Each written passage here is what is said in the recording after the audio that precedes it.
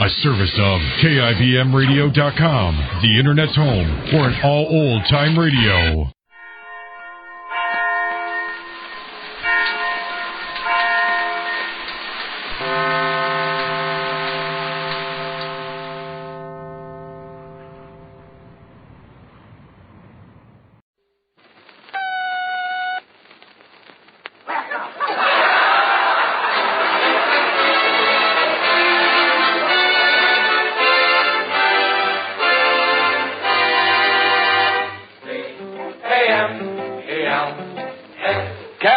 Cigarette that's first in the service presents the Abbott and Costello program.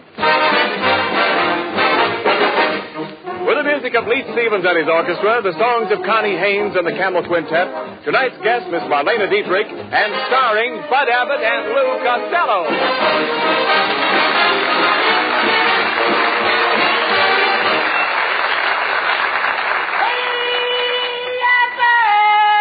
Oh, Costello. Oh, Abbott. Will you stop that noise?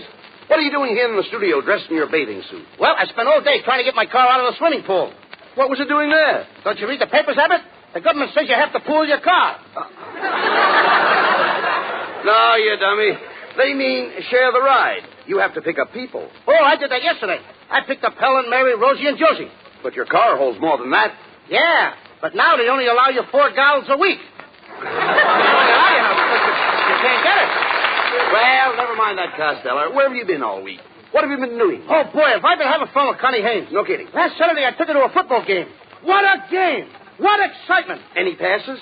No, her mother was with us. And another thing, Abbott, there was a man sitting next to us with a 6-month-old baby. All afternoon, the kid was crying. He was so hungry. Well, didn't the father bring a bottle? Yeah, but the kid wanted milk. Finally, to shut the kid up, I give him a penny. Well, did that keep him quiet? Yeah, but he kept waving the penny in front of my binoculars. It ruined the game. How did it ruin the game? All afternoon, Lincoln was playing in the backfield. No. Well, forget the football game. Much better this afternoon, huh? Yes, a lot better. We've got other things to worry about. You know, our announcer, Ken Niles, is complaining because he didn't have enough to do last week. Isn't that right, Ken? Yes, it is. After all, I could give the program a lift.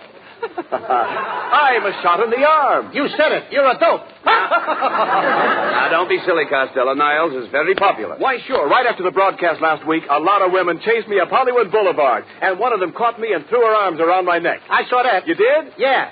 Why did you snatch her pocketbook? Now, cut it out, Costello. Now, I talked to Ken's wife, and she says he should have more lines. She says he's got talent. She says he's terrific. She says he's colossal. She says this. She says that. I don't care what his wife says. Well, I do. My wife is a wonderful person. She's as necessary to me as an umbrella in a rainstorm. I'll take the umbrella. It's easier to shut up. No. Now, why don't you be reasonable, Costello? Mrs. Niles is a very sweet girl. Yes, she is. You know, she's a great deal like Sonia Henny. You mean you have to keep her on ice? Please. Are you folks hearing us? Now, wait a minute, just a minute. Now, that isn't fair, Costello. Now, let's get together here. Give Ken a chance to show what he can do. Okay. Well, yeah. Thanks, Bud. I'd like to read a little tidbit that I just happened to bring along. Oh, this is going to murder you. One night as I sat rocking on my chamber floor, came a knocking, gentle knocking on my chamber door. Quoth the raven, nevermore. Quoth the raven, nevermore. There, how'd you like that? Don't look now, but the raven just laid an egg. Hello, everybody, and hello, my fat little sugar man. Oh, this voice of this kid is temporaneous. Shh, quiet. Hello, Connie. Mr. Costello, honey, I'd like you and Mr. Abbott to meet someone. This is my Aunt Ruby. Hello. Nice to meet you. Hi, Aunt Ruby. How do you like California? Connie doesn't have enough to do. Wait a minute. After all, I listened to the program last week, and there should be more music. Connie ought to sing 45 songs. There's nothing but talk on the program. And who wants to hear a lot of talk? Hold your hat. Here comes another race. After all, Mr. Costello, I taught Connie to sing. Why, even I sang in New York, Philadelphia, Cincinnati, Cleveland, Chicago. What about St. Louis? They beat the Yanks. Ha-ha, ha-ha. I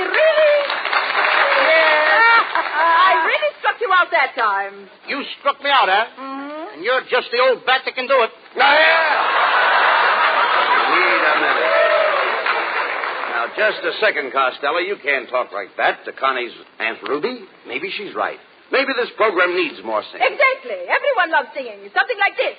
All through the night, there's a little brown bird singing. Oh, well, of course. You know I just had my tonsils taken out. Have them put back in. Costello, what right have you got to criticize? What do you know about singing? Now, look, Abbott, if I hadn't come from such a large family, I'd have been a great singer. What did the large family have to do with it? I could never get in the bathroom. Oh, no. Come on, Costello, make up your mind. Are you going to give Niles and Connie more to do or not? Why should I? If I give them more to do, the first thing you know, even the sound man will want more to do. And why shouldn't I? What did I have on last week's program? Nothing. Not even a door slam. I understand doors. I know doors inside and out. I talk to doors, and they talk to me. Well, what do you hear from the knob?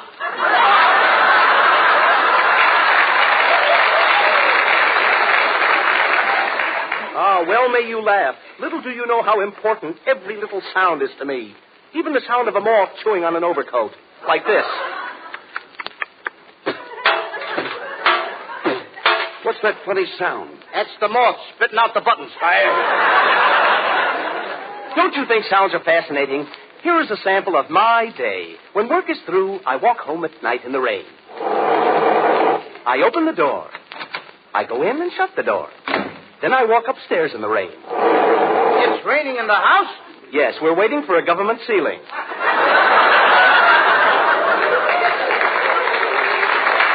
You must have a better rider than us, huh? I imagine so. I jump into bed and sleep.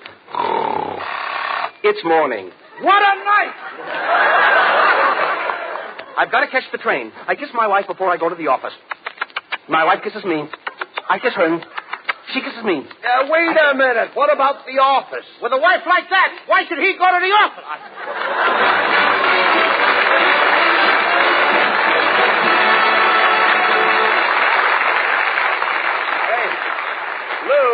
Lou Costello. Yes, sir.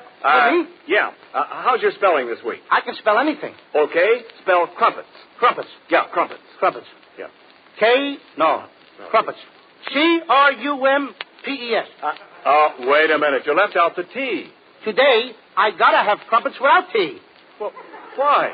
I lost my sugar ration card. Now, wait a minute. Look, Ration card. Yeah. Look, anyway. Ration or ration. Look, around here, you can't forget any T's. Why not? Well, because with us, it's important. In fact, with any cigarette smoker, T ought to be one of the most important letters in the alphabet. Is that right? Why, sure. T stands for taste and throat. That's anybody's own personal proving ground for cigarettes. The T-zone. Now, of course, most people have tried Camels. But have you tried them lately, since you've been smoking more? Give Camels the T-zone test now. Ask your taste about Camel's flavor. You'll find it wears well, doesn't go flat. Ask your throat about Camel's mildness. It's the best judge you can find. Thousands of smokers who are making their own T-zone test advise Camels suit them to a T. Just remember that you're the one who's doing your smoking. For steady pleasure, try Camels. You'll find they're slow-burning, cooler smoking, richer tasting, milder, better. Because Camels are expertly and matchlessly blended of costlier tobaccos. So take a tip from your T-zone. Your throat and your taste will tell you. C-A-M-E-L-S. Camels. Get a pack tonight. You'll want to buy a carton tomorrow.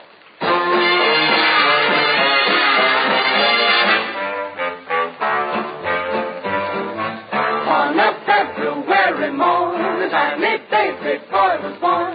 Abraham. When he grew up, this tiny babe, folks all called him Honest Abe. Abraham. In 1860, he became 16th president. Now he's in the Hall of Fame, a most respected gem. That is why we celebrate this 20th February day. Abraham.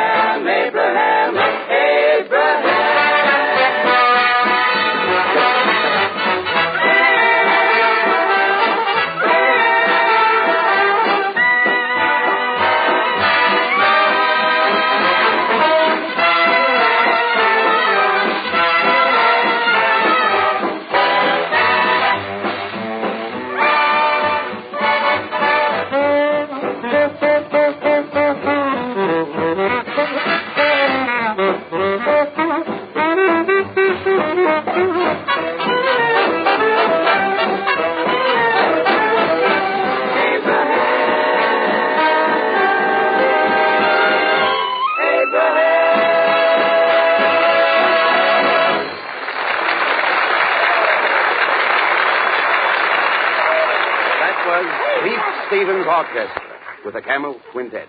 Doing Abraham from the Holiday Inn. And now, ladies and gentlemen, quiet. Abbott. What's the matter? Hey, look what I got. Look at all the money.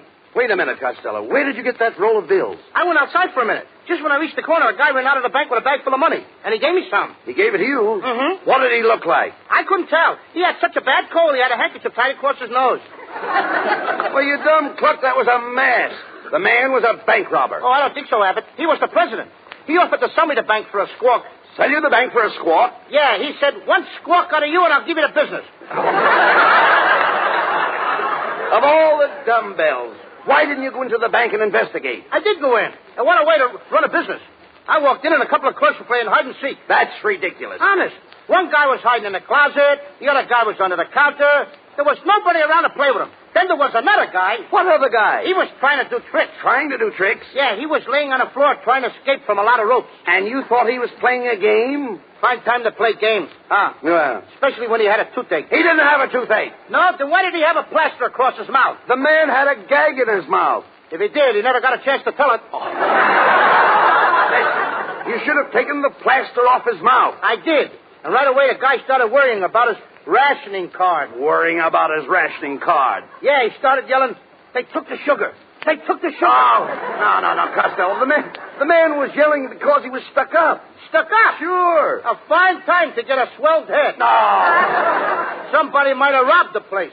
He did rob the place. Look, was there anybody with him? Just a woman. A woman. Why didn't you mention her before? She didn't appeal to me. Oh. Did you pinch her? No. Then you should have held her. If I'd have held her, I'd have pinched her. You idiot. A little bit. Do you realize that by keeping the money and letting the crooks get away, you've made yourself an accomplice? Ken Niles, turn on the radio. Maybe we'll get a police report. Hurry up. Okay, Bud. Okay. Hey, you hear that, Abbott? What's that? There's a message. Well, what does it say?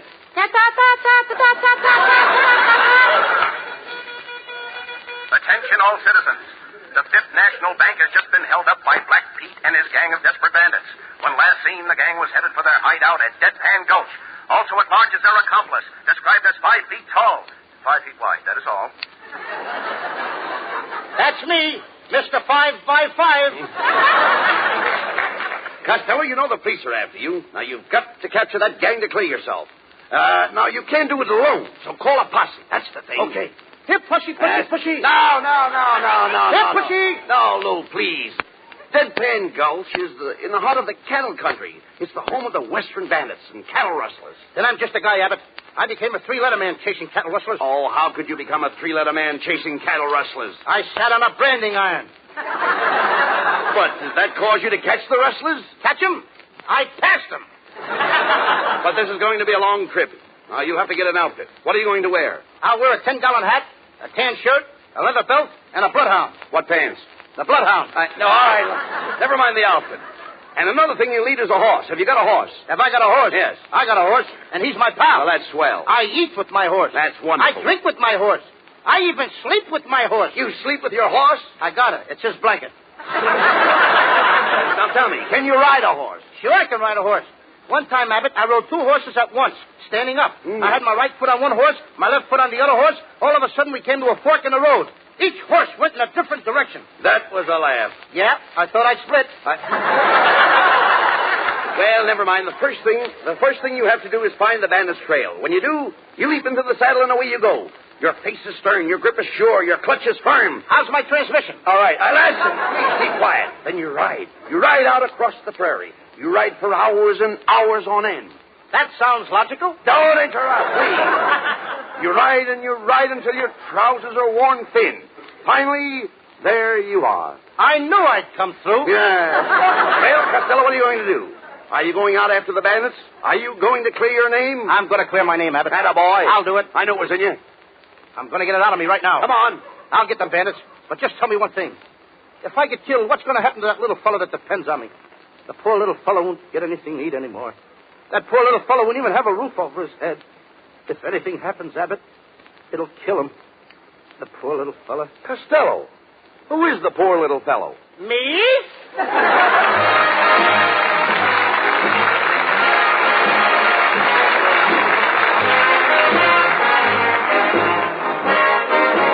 That is Connie Haynes with the Campbell Quintet to sing a new tune of the Old West, Cow Cow Boogie. Out on the plains down near Santa Fe, I met a cowboy riding the range one day, and as he jogged along, I heard him singing a most peculiar cowboy song. It was a ditty he learned in the city. Come-a-ta-ya-ya, come-a-ta-yip-to-I, get along. Get hip, little doggies, get along. Better be on your way, get along. Get hip, little doggies, and he trucking on down the old fairway, singing his cow-cow boogie in the strangest way. Come-a-ta-ya-ya, come-a-ta-yip-to-I, singing his cowboy song. He's just too much. He's got a knocked-out western accent with a Harlem touch. He was raised on local weed, what you call swing half-breed, singing his cow-cow boogie in the strangest way. Come-a-ta-ya-ya, come-a-ta-yip-to-I, Singing his cowboy song. He's just too much. He's got a knocked-out western accent with a Harlem touch. He was raised on local weed. He's what you call swing half-breed, singing his cow-cow boogie in the strangest way. Come-a-ta-ya-ya, come-a-ta-ya-ya, come-a-ta-yip-to-I, come-a-ta-yip-to-I, it's the cow-cow boogie, the cowboy boogie song.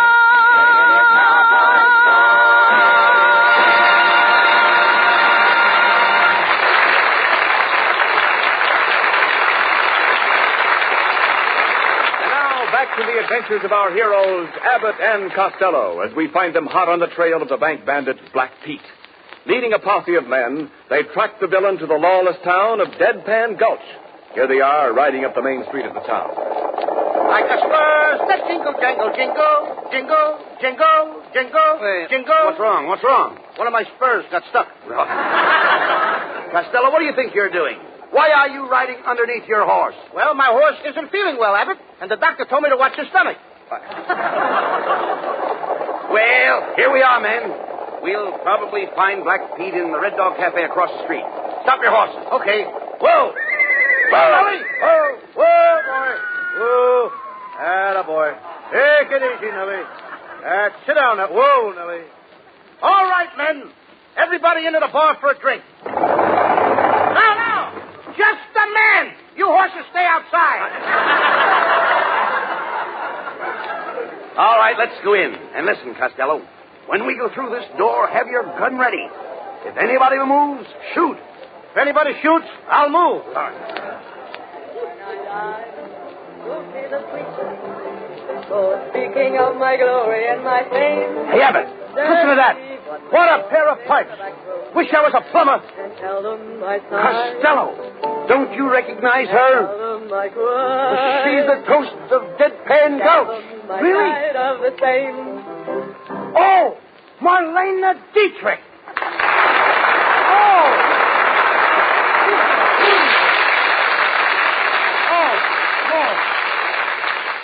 Oh, look at that lovely face. That face has made a fortune. Yeah, it runs into a nice figure. Hello, boys. Hello, boys. How big are men where you come from? Welcome to the Red Dog Cafe. Did you like my song? What do you think of my range? Your range is lovely. In fact, I like your whole kitchen. So you flatter me. You're probably tired after your long trip. How about a drink? Okay. I'll have a Crosby cocktail. What's that? One drink and then bing.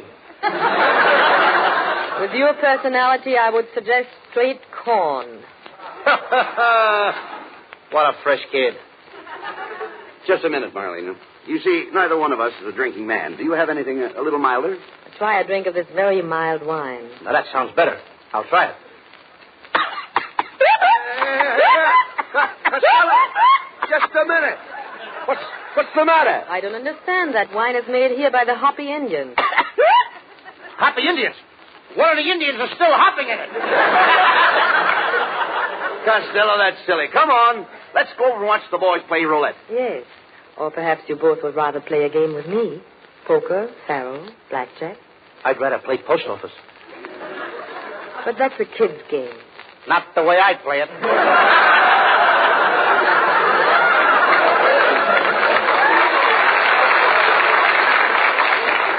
You know, little fat man, I could go for someone like you.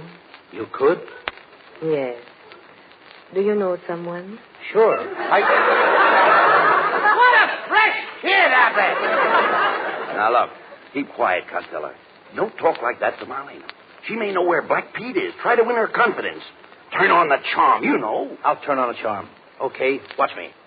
Marlena, my love, I adore you. You do? Yeah. Marlena, will you let me be your slave? Will you let me do something for you that I have never done for any other woman? What's that? Will you let me press your slacks? Costello, will you stop that? You just don't know how to handle these Western girls. Oh, yes, I do, Abbott. Marlena, one time I was in love with a bow-legged cowgirl. She was too bow-legged to round up the cattle. What do you mean? Well, she had a terrible time getting her calves together. What are you talking about, Costello? You've never even been in love with a girl. Yes, I was. I can see her now. She always wore cotton stockings. Cotton stockings? What happened to her? Nothing. But of all the girls I got tattooed on my chest... On your chest? Marlena, I love you the best. The best? Better than the rest. The West? In the West. The West? On my chest. On your chest? There's an echo in the joint. Well, there's no question about it, Costello. Marlene Dietrich just can't be bothered with a man like you. Marlena, is that true? Oh, Lou. If you only had the eyes of Clark Gable. Yes. The nose of Tyrone Power. Yes, yes. The chin of Gary Cooper. Yes. The face. The face of who? That's all, if you only had a face.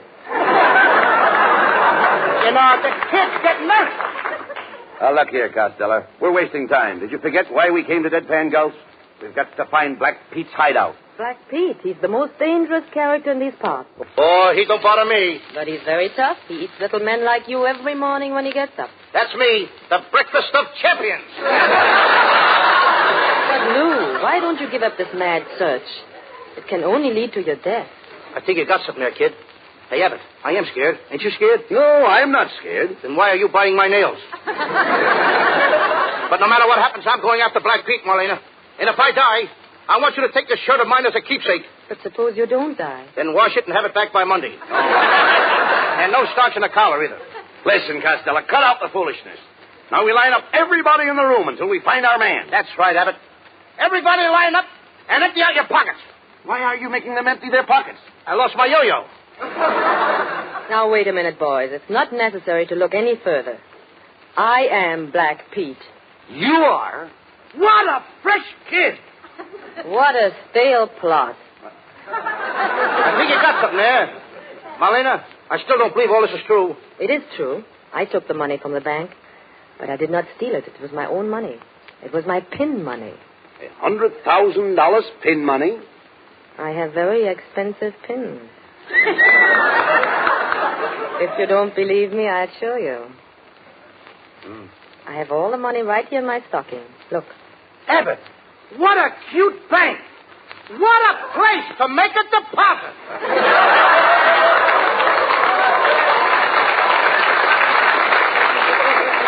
Oh, Marlena, if I give you all my money from the bank, will you put it in your other stocking?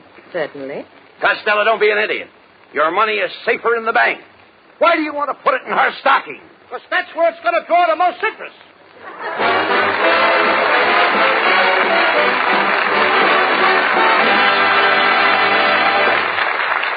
Before Before we hear from Abbott and Costello again, do you want to find out how hitting ground feels to a paratrooper? Well, just hop off the top of a truck going 15 miles an hour. But don't try that until you're as husky as an All-American halfback and as nimble as a circus tumbler. Even then, you'd have to learn plenty to qualify for the shoot troops, fighters as tough as any in the world. And whether your job is to dangle in midair from silk cords or whether you're making the shoots, you want to get the most out of your off-duty moments. Take Helen Lynch, for instance.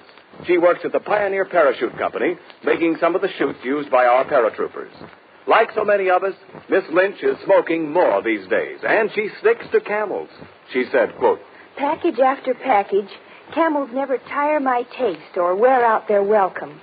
They have such a rich, full flavor, and they're so easy on my throat." Unquote. Camel is first in the service. Actual sales records in post exchanges and canteens show that with men in the Army, the Navy, the Marine Corps, and the Coast Guard, Camel is the favorite. Why is that? Well, just ask your own throat and taste. Camels have a full, rich flavor, the kind that wears well, doesn't go flat. Camels are milder, too, and cooler smoking because they're slow burning. The big reason behind this Camel goodness is costlier tobaccos, blended in the years-old Camel tradition of quality tobacco blending. If you're smoking more these days, try Camels. Your throat and your taste will tell you. C-A-M-E-L-S. Camels. Get a pack tonight. Send the carton to that fellow in the service.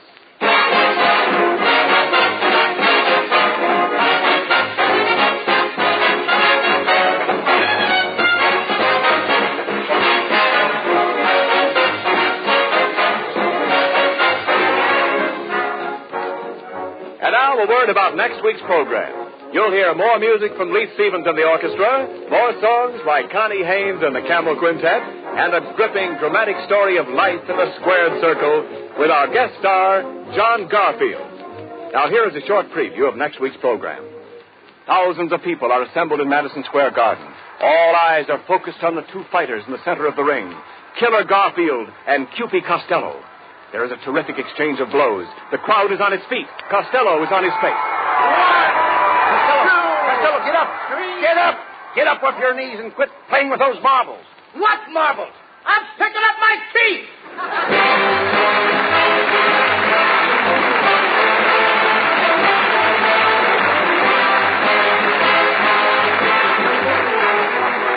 Be sure to tune in next Thursday night at the same time for another big comedy show starring Bud Abbott and Lou Costello, with John Garfield as our guest, brought to you with the compliments of Camel Cigarettes. Camel presents 3 great radio shows each week. Abbott and Costello on Thursday nights. On Friday night, it's the Camel Caravan with Lanny Ross, Herb Schreiner, Xavier Cugat, and Our Town. And Monday nights, Blondie. Marlene Dietrich, who appeared with us tonight, has just completed a new Universal picture, Pittsburgh, with John Wayne and Randolph Scott.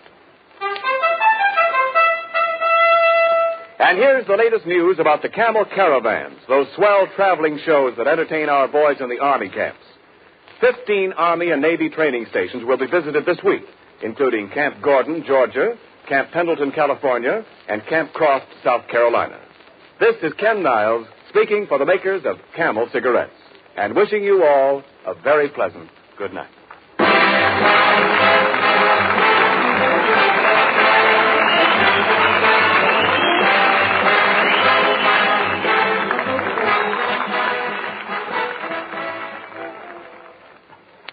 Ever see a pipe wearing a muzzle? No, sir, and you never will, because that won't keep it from biting. Thing to do is get Prince Albert, the brand that's no-bite treated for real smoking comfort. Another thing, PA's crimp cut, and that means it packs firm and easy and gives you cool, one-match burning. You'll find around 50 mild, rich-tasting pipefulls in every handy pocket package of Prince Albert. Try PA for Pipe Appeal. You'll agree it's the national joy smoke. This program has come to you from Hollywood. This is the National Broadcasting Company.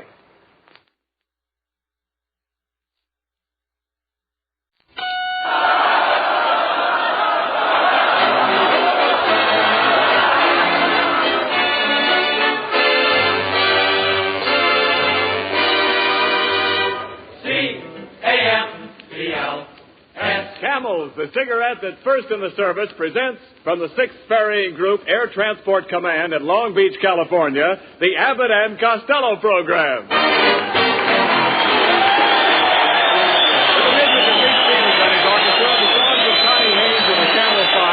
Tonight's guest, Miss Merle Oberon, and starring Bud Abbott and Lou Costello.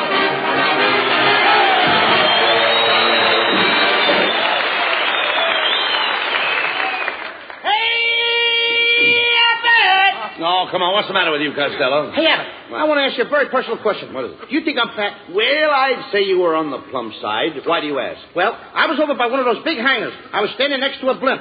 All of a sudden, an officer points to me and says, "Look, they're making them with faces now." Oh, he was just kidding. You know, there's nobody that has a better sense of humor than a flying man. I know that too, Abbott, because I'm a flying man myself. What do you mean? I started flying when I was a 6-month-old baby. You flew when you were a baby? Yep. I flew out of my nurse's arms and made a perfect 1-point landing. No. You mean 3-point? No, 1 point. My safety pin was open. Costello, I don't believe you've ever been up in the air. Oh, yes, I have. I used to be a hostess. Well, you walked into that one, my friend. For your information, plane hostesses are always female. This was a male plane. Tell me, Costello, when was the last time you were up in the plane? Do you want the truth or my version? Oh, no. I want the truth. I think we'd get more laughs the other way. No. Tell the truth. Okay, I'll tell the truth. All right. I took my first plane ride today. Captain Dick Lassiter took me up in a great big plane. Tri-motor? Try what? I said tri-motor? Certainly we tried the motor. What do you think we did? Push it? No, skip it. I'm not going to get it up in the air and then try it. All right, forget about it. Forget about the motor? No. The other thing. By the way, what kind of a pilot is he? Was he flying blind? No, he was perfectly sober. What a dope. Of course he was sober. Well, never mind that. You know, Lou, I wonder what these boys down here at Long Beach do when they go on leave. Well, I saw a bunch of the boys down at the beach with their girlfriends. Did they go down there to spoon? Well, they didn't go down there to wash their socks. Well, here's Ken Niles. I've been waiting to see you, Ken. I was wondering what your wife thought of the picture we made last week. That's right, Niles. What does she think of my acting? Well, I don't mind telling you that she absolutely raved. She raved, eh? Yes. They took her away the next morning. What's so funny about that? Did you make that up yourself? Yeah, out of my head. You certainly are. I hate that guy. Well, I know you do, but quit arguing, Costello. I want to hear more about the picture. Did you read any reviews, Ken? Yeah, sure. The Druggist Weekly gave the picture 4 aspirins. See what happens, don't you? He's got the band framed up. Certainly he's got the band framed. That wasn't a funny line. There was nothing funny about that, brother. Oh, can you imagine that? Listen, Ken, I read all the reviews. And even Mrs. Roosevelt mentioned our picture in her column. What did she say? She said, "My day was ruined." That's the one line I don't know why they got it in there. Wait a minute, look. Lou, didn't we get any compliments at all? Oh, sure. We got one cheer that I remember. Where from? The Bronx. The Bronx? You know, in Hitler's face without music. Oh, yeah. Well, maybe we should give up the idea of producing our own pictures, though. Don't you be silly. No. Perfume Pictures Incorporated is here to stay. And I'm ready to start another picture right now. Push the button for my secretary. Okay. Hey. What's the idea of a horn for a buzzer? She used to be a waitress in a drive-in. Oh. Oh, boss, I'm sorry I was late this morning. Are you doing anything tonight? Why, no, not a thing. Then try and get here on time tomorrow morning. The fine secretary. How did you get a job here? I used to be in pictures. I played in The Way of All Flesh. What part did you play? One of the meatballs. Everybody gets laughs but me. All right. Have patience. By the way, do I have any appointments today? Yes, sir. At 12 o'clock you have an appointment with Hetty Lamar. What am I doing after that? Me, he asked. Mr. Costello, could I speak to you for a moment? Why, it's Botsford Twink, our soundman. What's on your mind, Bots? Well, I want you to know that I was terribly hurt because I wasn't in your picture last week with Carmen Miranda. After all, if you're looking for new faces, look at me. My face is new, isn't it? Oh, very new. In fact, your whole head has only been slightly used. Please give me a chance, Mr. Costello. I really do have a lot of talent.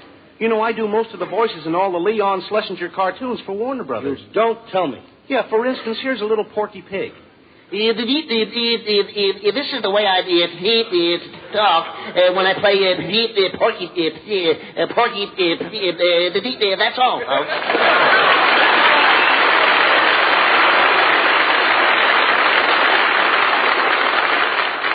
I'll play Porky for you for $1,000. What are you talking about? Warner Brothers don't pay you that. I know, but pork has gone up.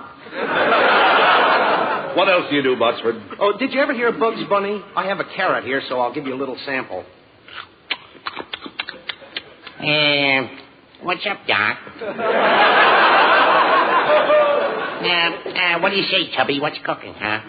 Of course, if you use Bugs Bunny, you'll have to use my wife, Mrs. Bunny. But we can't use two rabbits in our picture. Well, we couldn't separate them.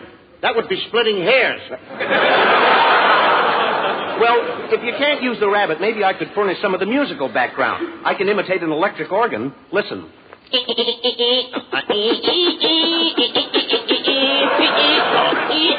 clever, ain't he? Do you call it an organ? Now listen, Botsford. I can't use any of that stuff in my picture. Now, will you get out of here? Now look what you did. Now look what you did. Now look what you did. Every time you yell at me, I get the hiccups. When you yell at me, he gets that. Why do you yell? How did I know? Did I know that when I talk loud, he gets the hiccups? Costello, did I know that? Well, don't yell at him. Do something for the poor fellow. Please, Botsford. I said, talk nice to him. Botsford, I'm talking low and easy. Now, take it easy. No more hiccups. That brings him out of it. Does it? I didn't know that. All right, take it easy. How do you feel? Better now. Oh, you do? I feel fine. Oh, I'm glad of that, Abbott. Now, let's get back to this picture. But, Mr. Costello, are you sure you can't use the organ? Botsford, how many times do I have to tell you that I don't... Please. I've got it in the get in here. You see what I told you? I know what I'm doing. Get him out of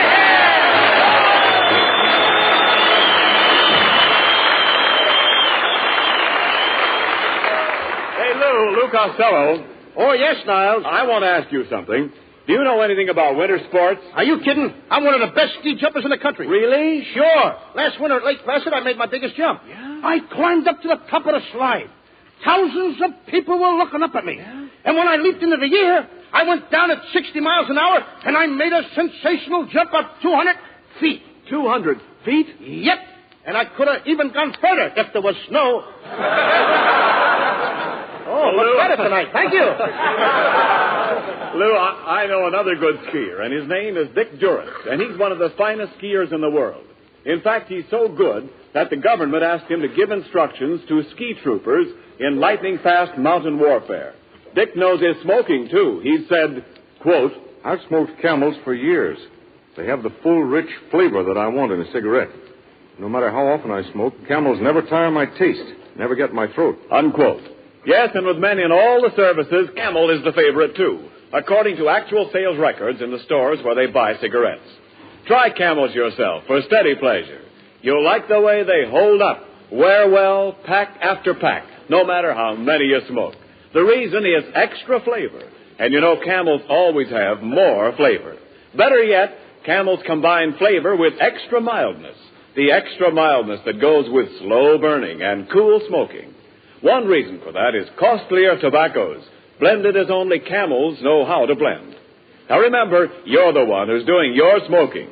Your throat and your taste will tell you. C-A-M-E-L-S. Camels, get a pack tonight. Send a carton to that fellow in the service.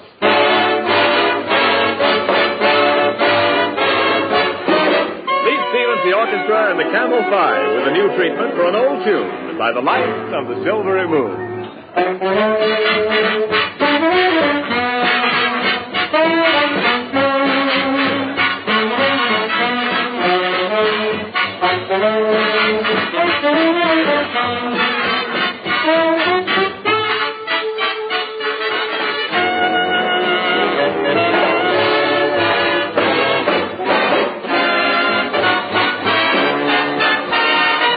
By the light of the silvery moon, I want to spoon. To my honey I'll croon love tune. Honeymoon, keep a shining in tune. Your silvery beams will bring love's dreams. We'll be cuddling soon by the silvery moon.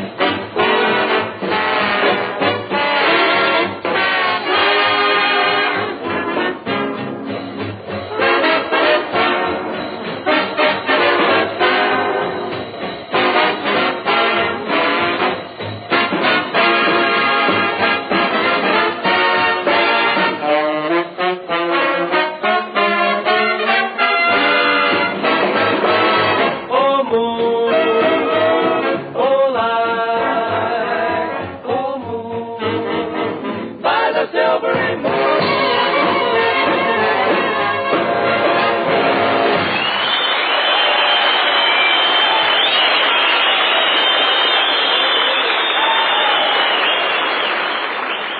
Costello, we can't hold up production on your new picture any longer. Now, we've got to get a leading lady. How about giving that secretary of yours a chance? She has blue eyes and blonde hair. And a Supreme Court figure. What do you mean, a Supreme Court figure? A Supreme Court figure? What do you No mean? appeal. Oh! Besides, I phoned Merle Oberon about playing the leading part. You did? Yes. I picked up the receiver and I said, Merle, darling. Merle, sweetheart. Merle, my love. And then?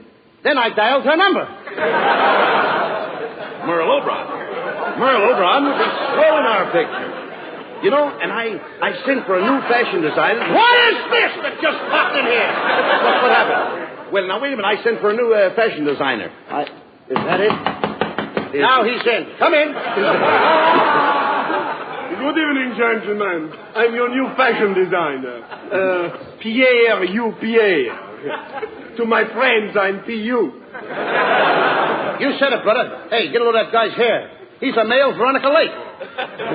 Pierre, this is Lou Costello. Oh, how do you do, Mr. Costello? Thank you, sir. You are just the man I'm looking at. I've not seen you in a long distance. Get the way his hair hangs over his face. Pardon me, Pierre. Was your mother ever scared by a sheepdog? Oh, come on. Leave the man alone. We've got to get him to design Miss Oberon's clothes. Now, no more remarks about his hair. Looks like a palm tree in a high wind, doesn't it? Well, Mr. Costello, I admit that my hair is a standing joke. Well, it needs a new switch. I don't know what's wrong there. Keep quiet. We must have Miss Oberon's wardrobe designed before she gets here. Pierre, would you mind telling us some of your ideas on women's clothes? Oh, not at all. The main thing is color harmony. Color harmony? What's that? Well, it's very simple, Mr. Costello. For instance, if you were carrying a pink bag, you would not wear a green dress, would you? Oh, gracious, no! I wouldn't dare. Why, I'd be the laughing stock of my sewing circle. All right, come on, never mind. What kind of line is that to get me a big man? Forget it. Skip those things. Come here, Pierre. Now, with a shortage of materials, how about something plain for Miss Oberon to wear? We'll call it a defense dress. How about that? How about making it out of barbed wire? That isn't defense. It ain't exactly an invitation. Go ahead, Pierre. Suggest a dress for Merle Oberon. Something that she can wear in our picture. Well, being a brunette, I would suggest that I make Miss Oberon a gown of apple green with a peach skirt, lemon trimmings, plum ruffles, an orange belt, and a tangerine scarf. That ain't a dress. That's a fruit salad. Nevertheless, that sounds fine. Now, what about Merle's hat? Well, the hat should be very simple but very smart. Do you think the boys in camp here would like Miss Oberon in a hat that has 3 roses and a ribbon on the side? Huh? No, they'd rather have 4 roses with a chaser on the side. Now get out of here and I'll design the clothes myself. Oh, Costello, you can't design clothes. Is that so? I just invented a ladies' leg paint that takes the place of stockings. It even covers the knees. It disguises the knees? You said it. You can hardly recognize the old joints. Well, we let Merle Oberon design her own clothes for the picture. What do you say? Yes, and I'm just the girl who can do it. Now listen, kid, you keep out of this. Look who it is. It's Merle Oberon.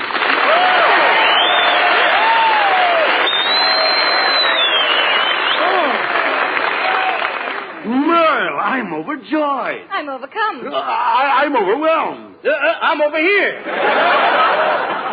Merle, I've always been in love with you. You're so beautiful. Can I give you a kiss? Well, all right, but just one.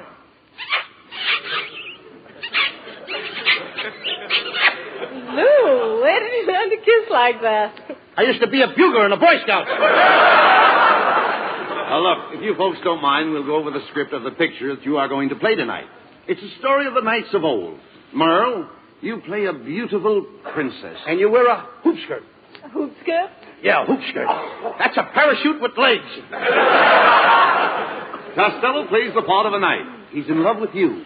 I thought nights were tall. Well, kid, on account of daylight saving time, the nights are getting shorter. As the first scene opens, Merle, you're in the palace, awaiting the arrival of your lover. You are playing the organ. Organ like this? Botsford, didn't I tell you that you couldn't be in this picture? I started it again. Don't shout at him. Oh, I'm sorry. I'm sorry. All right, I'm sorry. I'm talking nice and easy. Relax. Take it easy. All right, Botsford. Shout at him in a moment. I'm talking nice and easy tonight. I'm okay. I'm sorry, Botsford. Very sorry. I'm okay now, Mr. Costello. Oh, I'm glad you are. Now, keep out of the picture. You did it again. Don't yell at me. Botsford, I'm sorry. Will you please put a gag in his mouth? Put a gag in his mouth. Yeah. If I had a gag, I'd tell it myself. Come on, let's get back to this story. Costello, as a knight, your costume is a suit of armor. That's right, Lou. You wear an iron coat, an iron vest, and iron trousers. In fact, you wear a whole iron suit. Where do I get it pressed? At Lockheed? Now, your suit may become rusty, so you better keep yourself well oiled. I'd have to be oiled to make love to you in an iron suit. Merle, you walk out on the balcony. Yes, and I sneak right up to it. How'd you get across the moat? I caught the guard with his bridges down. Then we have the big scene where Costello serenades you with a song of love. And, Lou, I will drop a flower on you. In a mad moment of love? No, in a pot. Now, Merle, you signal that the coast is clear. And, Costello, you climb the balcony. You reach Merle's side. You're panting from the long climb in that suit of armor. Yes, that's it. You gaze into her eyes. Remember, this is your big chance. Never mind, no more pants. Never mind that. There's emotion in your voice. As you stand there in your iron suit, what do you say to her? Hey, kid, have you got a can opener?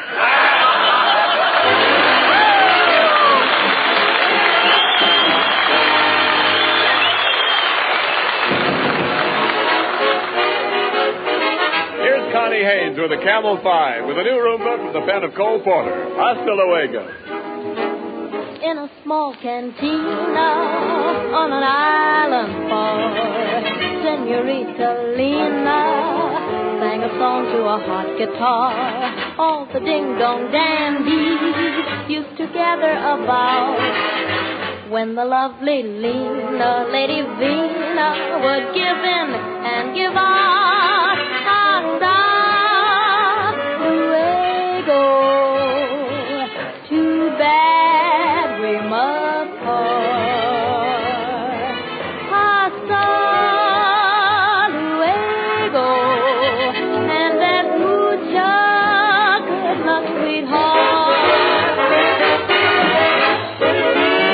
Once they'd married Lena, and her rich old guy moved to Pasadena, where the best people go to die.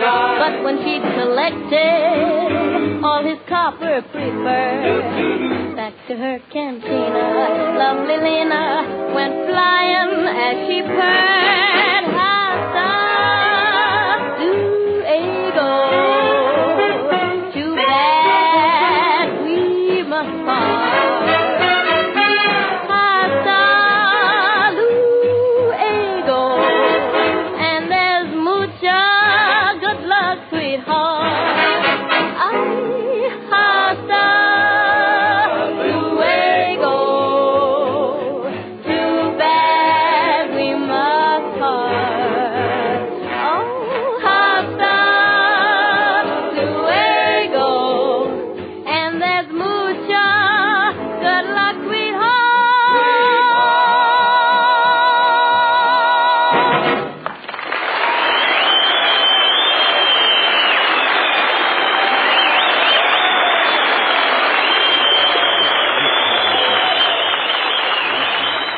And now, ladies and gentlemen, Perfume Pictures Incorporated presents the great costume drama entitled The Brave Knight Cut Off the Dragon's Tail, or The Dragon Isn't Waggin' Anymore.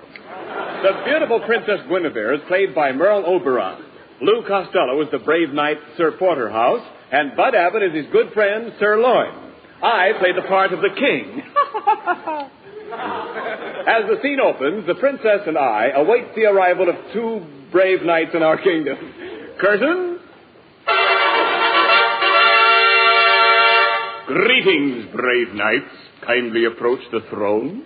Greetings, Your Majesty. I am Sir Loin, Knight of the Bath from Saxony. And I am Sir Porterhouse, Knight of the Bath From Constantinople. What kind of words did I bring you? Constantinople? Yeah, Turkish bed. Greetings, brave knights. I'm the Princess Guinevere. And who are those beautiful dames with you? They are my ladies in waiting. Well, what are we waiting for? Quiet, Costello. Oh, Sir Porterhouse, you must save our kingdom. The people are angry. They're clamoring outside the gates of the palace. Just listen to them clamor. Clamor, clamor, clamor. Clamor. Did you hear that? The people are revolting. They certainly are. No, the people are starving. They've not eaten in 5 days. Oh, they should try and force themselves. They gotta eat. But, my dear princess, have we no food? Alas, no. The dragon has destroyed our crops. You mean all our corn is gone? Yes, there's only enough left for this program. What's so funny about that? What a fresh princess. Listen to the people shouting. They have been shouting for 5 days, but I dare not speak to them. I will speak to the people, Your Majesty. Open the door. I'll make a speech. People of Saxony! Gather! That got him. Now, my dear princess, just what do you desire us to do? My dear knight, for several years now, my father has been bothered by a terrible dragon. Why doesn't he pick up his feet? You don't understand. You don't understand. Nobody understood that. Today the dragon is coming to carry off the Princess Guinevere. You must save me from this mean monster, Sir Porterhouse. He's a very mean beast. Okay, kid. He has 2 heads, one at each end. How does he sit down? He can't. That's what makes him so mean. Well, don't be mean. Don't worry, princess. All right, I'm allowed one mistake, ain't I? I am not afraid of nothing. One time I climbed up a tree and I bagged a ferocious tiger. You went up a tree after a tiger? No! He came up after me. But you said you bagged him. I did bag him. I begged him to go away, but he wouldn't. What happened?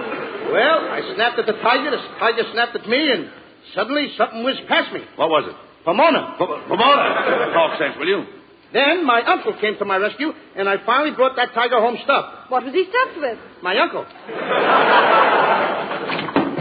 Oh, Your Majesty, the dragon is almost upon us. He's coming to get the princess. Quick, princess, button up my iron suit. Wait a minute. Just a minute. I thought you were a princess. I work the swing shift on the side.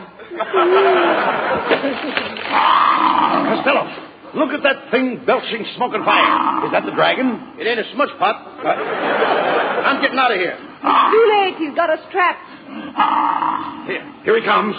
Now do what he does. Do exactly what he does. Right. He's staring at you. Stare back at him. I can't. Cockeyed. I can't do it. Quiet. He's roaring at you. Roar back at him. That'll scare him. Wait a minute. Now he's wagging his tail. That lets me out. Look out! Look out, he's going to charge. Going to charge? How much? Oh. Quick, grab him, guys. I'm a coming. Here's a fancy line. Grab him by the gullet. Grab him by the gullet. By the what? The gullet. The dragon's neck. Let him neck. What do I care about their love life? Give me my sword. Give me my sword, somebody. I'll cut his nose off. But how will he smell? That is something that should only interest another dragon. Look out, he's coming at you. Be careful, Costello. Your back is turned to him. He's coming up behind you. I know it. He got me. Where did he get you? Well, if I was wearing a license plate, he would have got off the last 3 numbers. Hey, he ruined my suit. My good iron suit he ruined. You nasty dragon. Get out of here! Oh, don't do that. Don't yell at me. What is with this? How can I do the guessing? How can I do the dress? Watch, I can't do the dress. Stop. What can I do to keep you quiet, Butcher? Will you cut it out? I'm sorry. And it's your own fault for hollering at him. There's only one thing that'll cure my hiccups.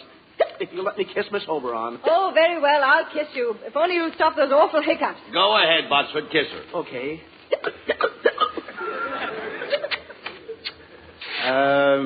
How do you feel now, Botsford? Oh, I feel fine. But, what? That's all, folks.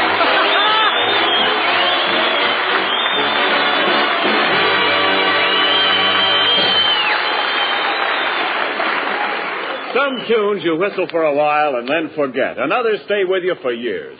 I think the ones you remember are the ones that have character. I believe that goes for cigarettes, too. We say that Camels have character, and we back that up with the thousands of smokers who have stood by Camels for 20 years and more.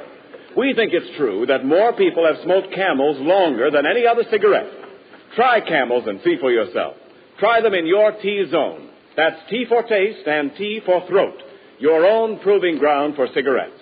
Your taste will tell you that Camels have more flavor, and it's extra flavor that helps make Camels hold up day in and day out. Makes the second pack better than the first, and the third better than the second. Your throat will tell you about mildness, too. It's the best judge you'll find. Yes, Camels are mild, cool smoking, slow burning, because they're expertly blended of costlier tobaccos. Your throat and your taste will tell you. C-A-M-E-L-S. Camels, get a pack tonight. You'll want to buy a carton tomorrow.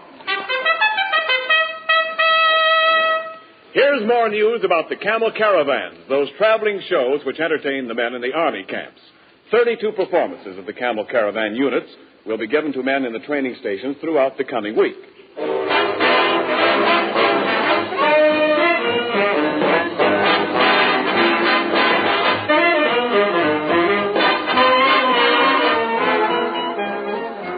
And now here are Bud Abbott and Lou Costello with a final word.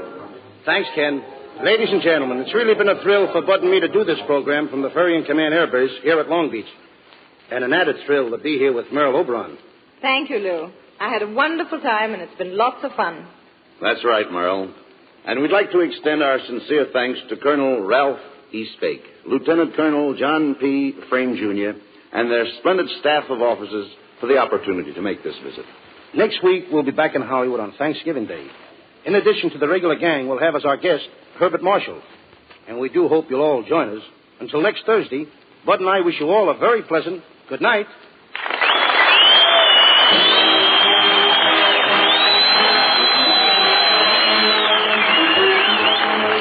Camels present 4 great shows each week.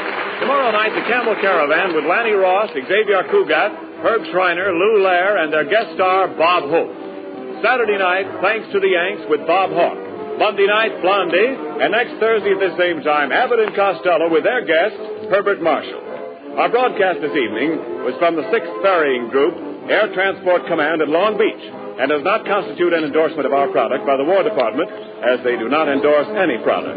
The Army has also requested us to make this announcement to all men of 18 and 19. There is a serious need for young men, so serious that the Army is willing to let men of 18 and 19 choose whatever branch of service they desire.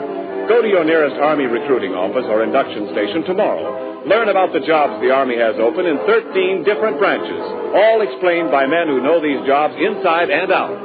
Listen to the Camel Caravan tomorrow night with Lanny Ross, Xavier Cugat, Herb Schreiner, Lou Lair, and their guest star, Bob Hope.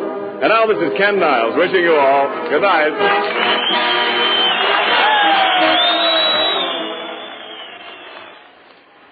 Mister, if you've got a pipe that's biting you, why, it just means one thing. Your pipe's hungry. Yes, sir, hungry for Prince Albert, the mild, rich, tasty tobacco that won't bite your tongue because it's no-bite treated. PA's crimp cut, too, for easy packing and stay-lit burning. Around 50 pipefuls in every handy pocket package. Get Prince Albert tonight. You'll see why men call it the National Joy Smoke. This is the National Broadcasting Company.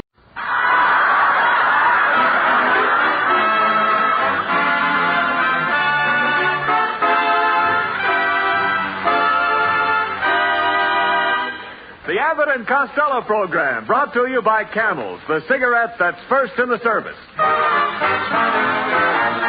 Listen to the music of Freddie Rich and his orchestra. Billy Gray is Little Matilda. Mel Blanc is the famous Leon Schlesinger cartoon character Bugs Bunny. Tonight's guest, Metro Goldwyn Mayer star of The Best Foot Forward, Miss Lucille Ball, and starring Bud Abbott and Lou Costello.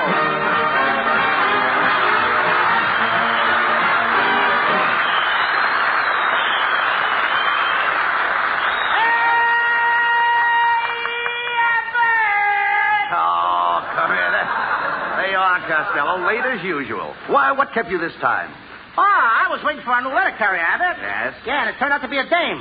Boy, did I have trouble with her. And what kind of trouble? She tried to kiss me. Yeah, she kept right on kissing me on the eyes, on the nose, on the chin. Wait a minute. Why didn't she kiss you on the lips? Well, she's new at the post office, and she can't find the right zone. The right zone.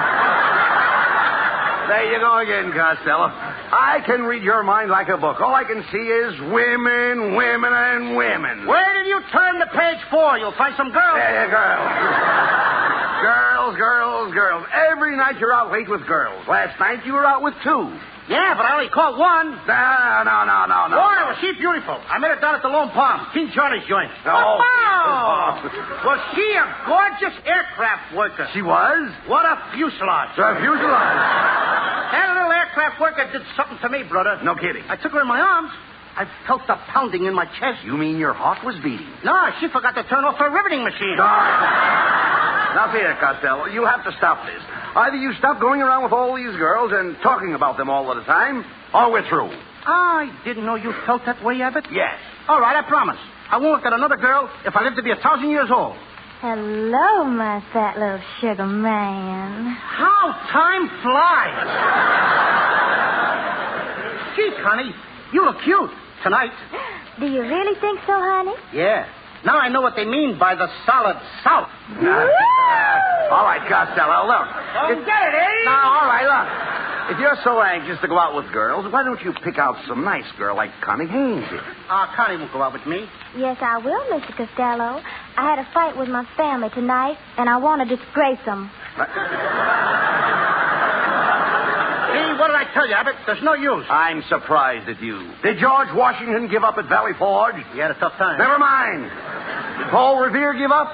No, but Paul Revere had a horse he could depend on. Well, you've got me. I'd rather have the horse. Well, Mr. Costello, I'll go out with you on one condition. If you all get me a pair of nylon stockings. A pair of nylon stockings? That's a deal. No, don't be silly, Costello. You can't get nylon. Who can't? I can get 1 pair, 2 pair. I can get a dozen pair of nylon. That OPA hears everything.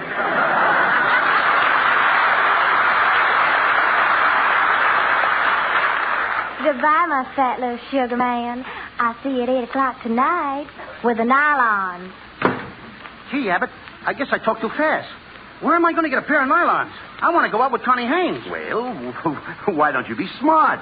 Be nice to Mrs. Niles. That's right, Costello. My wife has a pair of nylon stockings. Now, wait a minute, Niles. You mean a dame with those ugly legs spends money for stockings? Well, now, what do you expect her to wear? Hip boots. Hip boots. I heard that remark, Costello. Well, if it isn't Mrs. Niles in the flesh. And I use the word loosely. Oh, you funny man. And I use the word physically. You know, there's nothing wrong with my legs. Why, I was once a ballet dancer. I used to kick my leg way up in the air. Yeah, and on the way down, you catch it. Now, look, why do you fight with Mrs. Niles? Her legs are very attractive. Are you kidding? She's so bow-legged, every time she runs, she looks like an egg beater.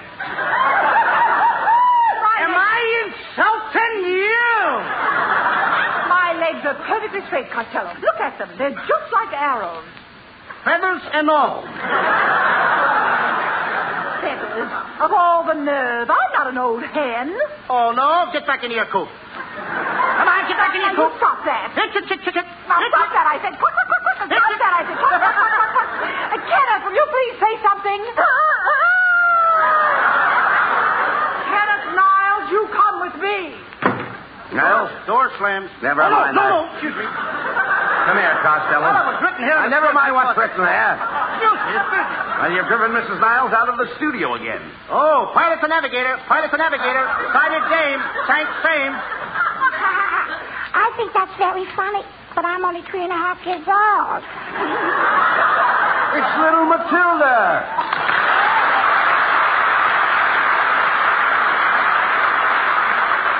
Matilda, what are you doing out of school? My teacher sent me home because I kissed a little boy. You kissed a boy? Well, it wasn't exactly a kiss. We were eating the same liquor stick, and I chewed past my head. Now, look, Matilda, will you please go home? I can't. I'll get lost. Oh, no, you won't. The train stops at every station. Why does it stop at every station, Uncle Louie? Because it's a milk train. Do they have to milk it at every station? How do you like a little kid, 3.5 years old, wants to know if you have to milk a train? Milk a train. It's impossible. You can't milk a train. That's silly. How are they going to get a big train to sit on a little stool? Now, look, Matilda, please. Don't worry, Uncle Louie. He's trying to get a pair of nylon stockings. You could get a pair of nylon stockings from my friend Betty Grable. Betty Grable? How do you know she has nylons? Because that's where I saw her put her money. The Bank of America never had branches like that. Wait a minute, Matilda. Maybe you can help Uncle Louie. Do you really know Betty Grable? Yeah. Here's a picture of us on a bicycle. That's me on the handlebars. Mm-hmm. But why have you got such a surprised look on your face? Cold handlebars. Go ahead.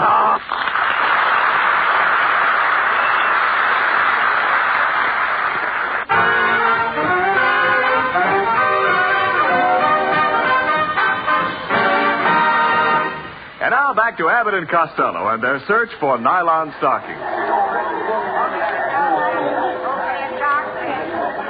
Well, Costello, I guess we came to the right place. Look at that sign. Square deal, Biggle Bottoms, the happy. Oh, so happy store. Costello, what was that? That was Beaglebottom making a cheerful refund. Quiet. I wonder where the hosiery department is. Let's ask this fellow over here. Pardon me, mister. Are you the floor walker? What do you think I am with this carnation on a flower pot? After all, I'm not a jerk, you know. Well, you're not trying. Costello, don't antagonize the man. He might be able to help you, you know. Oh, I think you got something there, Abbott. Mister, please, mister, I wish you could do something for me. I gotta get a pair of nylons. We haven't any nylons, and stop licking my hand. It's no use, Abbott. All right. Forget about the nylons and the date with Connie Haynes. Just a moment, gentlemen. I can give you a tip on a real bargain.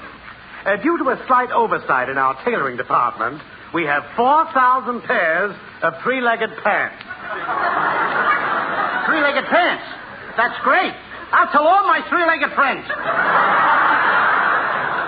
But don't tell them all. Remember, only one pair to a customer. Come on, Abbott, let's get out of here and away from this guy. All right, don't get excited.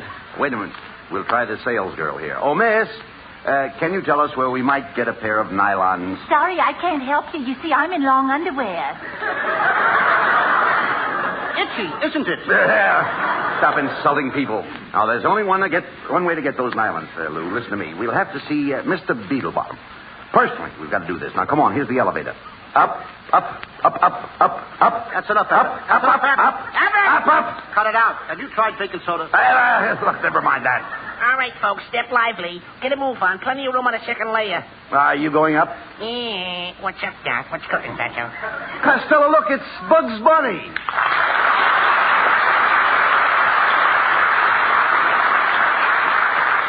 Hey, Bugs. What are you doing running an elevator? Well, I'm replacing a woman. That's essential, Doc. Come on, stop wasting time. Get us up there. Okay, Doc. Going up.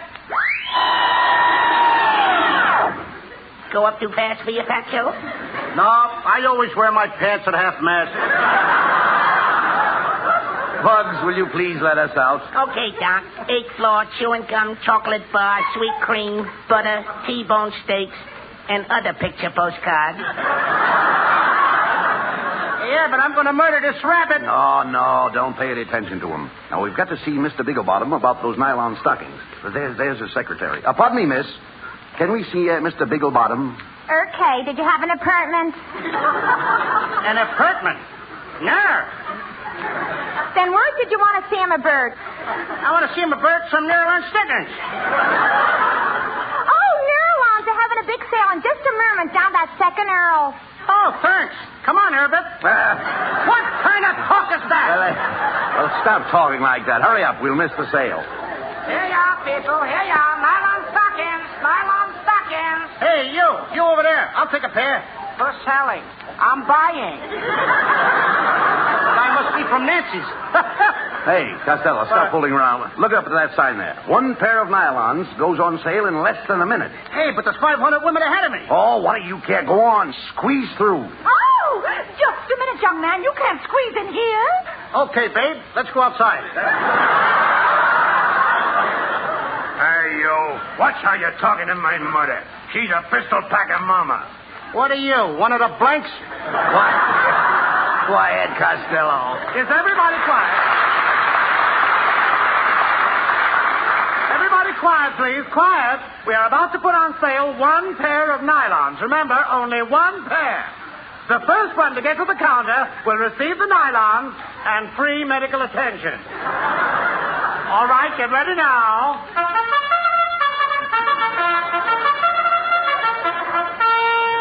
All right, Fatso, you gotta win this race, Doc. Hey, Bob, what are you doing on my back? I'm your jockey, Doc. How can I run fast with you on my back? Don't worry, I got a whip.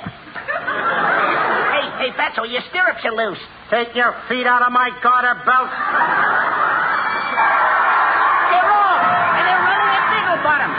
It was a bumpy start, and Costello broke fast. Rounding the hard way, he's pulling away. At the half, it's Costello cutting through the girdle department. Hey, he's into the back stretch. It's Costello by 4, by 6, and now a final drive down to home. It's Costello all the way. There's nothing between him and the nylons. He can't lose. He's across the finish line. And ladies and gentlemen, here is the winner, Miss Lucille Ball.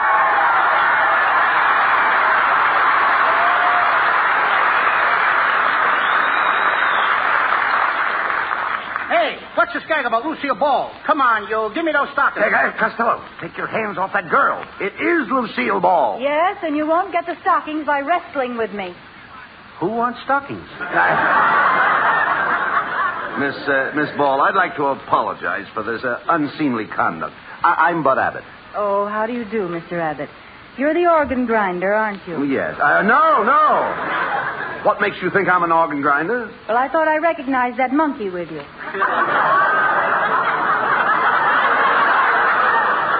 Now, wait a minute, kid. Who's the monkey? I mean, after all, I'll... unfinished speech. Costello. Costello, come here. Shh. Quiet. Now, you've got to play up to Miss Ball if you want to get those nylons. Remember, you can catch more flies with sugar than you can with vinegar. Who wants flies? I ain't got enough points. Wait a minute. Look, Miss Ball, it's very important for Costello to get those nylon stockings. My cue, thank you. Yes, and you don't need them, Seal. Who don't need them? Name me 2 good reasons. What are these 2 things I'm standing on? Chopped liver? Abbott, you're Costello, just a minute. Look, you better let me take care of this. You know, Lou, after all, we understand things. Women are putty in my hand. Yeah, but who wants a handful of putty? Shut up. I'll have you know that I've got the savoir faire. You ain't even got coffee. Shut up. Hey, look, Lucille, why won't you give me those nylons? Give you the nylons. You've got a lot of nerve. You're nothing but a cheap panhandler. You're not even a man. Oh, yeah? Oh, now there's a great ad lib. Look at the sheet. That's all. Read what's on there. Well, I think I'll take the nylons home. So long, slug. See you in the slot machine. Well, you fix things fine, Costello. What are you going to do now? Well, I'm going to dash right out to Lucille Ball's house. Get those stockings and dash right back. Yes, but what if she's putting them on? Pilot to navigator. Cancel that last dash.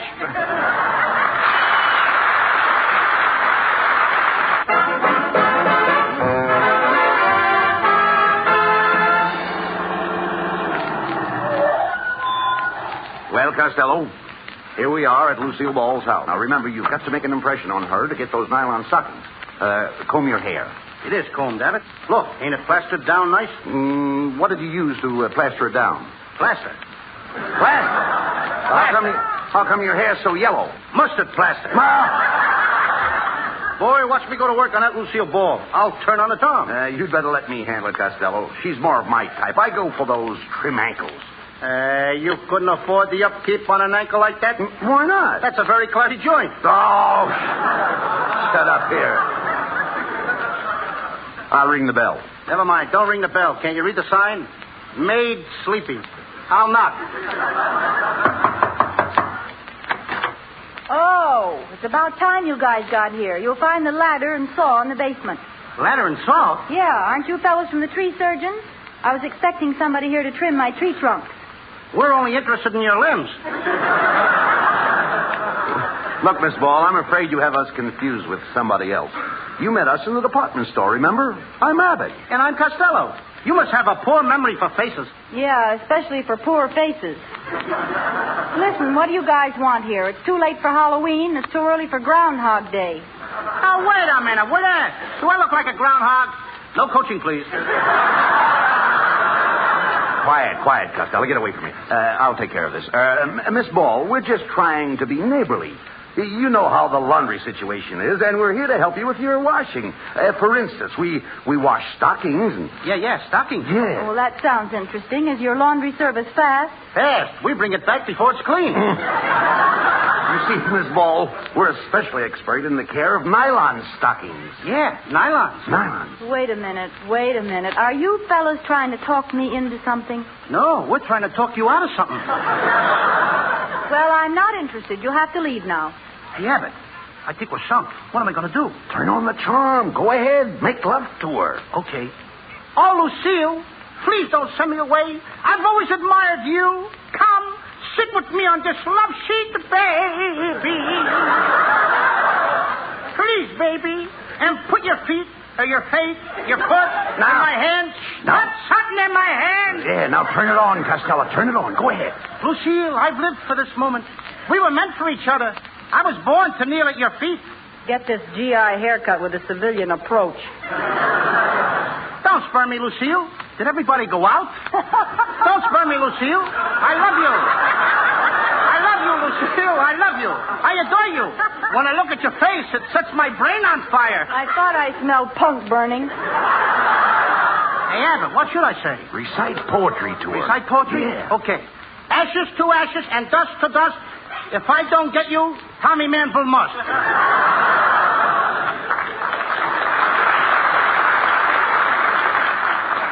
Just a second. Who do you think you are, Santa Claus? No, why? Then stay away from my stockings. What are you trying to do, fat boy? Fat boy? Who's fat?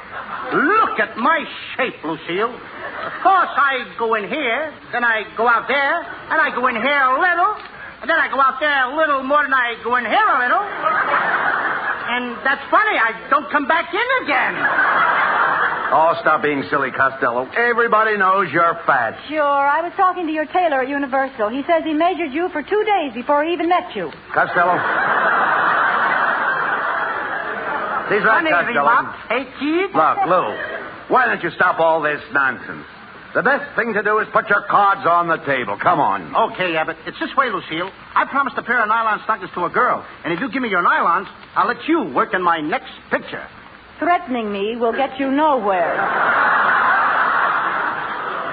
Oh, we could do a terrific love scene. Come here, Lucille. I'll show you the kiss. I'm getting the hiccups. The kiss that made me famous. Ready? Ready. Contact. Wow, where did you learn to kiss like that? Siphoning gas out of cars. Well, what do you say, Lucille? How about another kiss? No, thanks. I'd rather give you the stockings. You fellas turn your backs and I'll take them off. Come on, Costello. Turn around. Yeah, and no rubbernecking. Don't worry. I won't rubber. Ball. I thought it was funny. You're just the type that would rubber, heel. Well, I hope you're happy, Costello. You finally got those nylons. Now let's go. Come in. Hello, Lucille, darling. I just came over to... Why, my fat little sugar man, what are you all doing here two-timing on me? You all are kids, sir. I never want to see you again. What do you say to that? Well, shut my mouth. Abbott, she did. It serves you right. Okay, so what are we going to do about it? I mean, after all, look, Connie, why do you treat me this way? Look, I got to get you the... I got you the nylon stockings. Why, sure enough, honey. Bless your fat little heart. Well, why didn't you have them wrapped as a gift? Wrapped as a gift? I thought you were going to wear them. Shucks, no. I'm giving them to Lucille Ball. Lucille Ball? Wait a minute. Then who have I got a date with tonight? Not with me, sugar. And not with me, Shorty. That's all. Nobody wants me. The world's against me. Don't talk like that, Lou. I'm your pal. My arms are around you. How do you feel? I still feel lonesome. Then rest your head on my shoulder, Lou. Okay, Abbott. Now, how do you feel? Much better. Let's dance. Get out of here!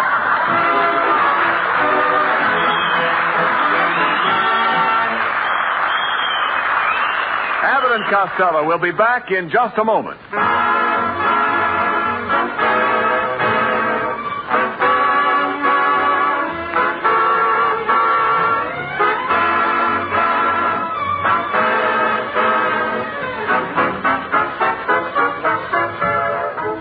And now here's Abbott and Costello with the final word.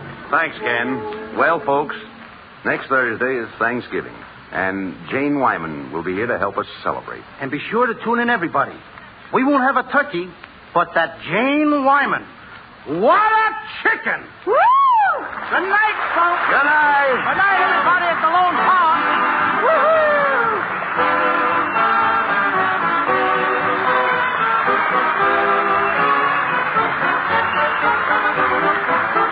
This is Ken Niles wishing you all a very pleasant good night from Hollywood.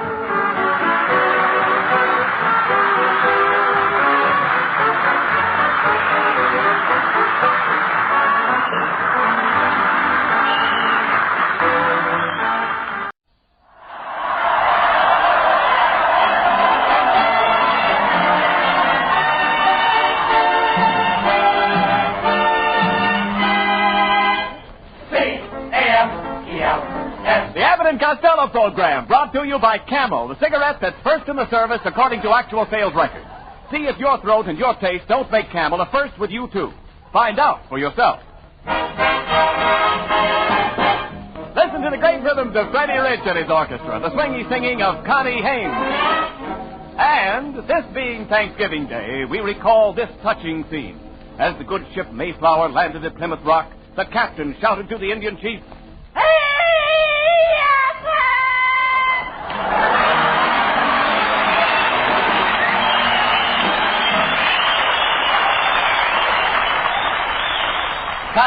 Costello, do you realize it's 7 o'clock? Where have you been? Oh, Abbott, I just came from your house. And have I got news for you? What is it? Your cat just had chicken.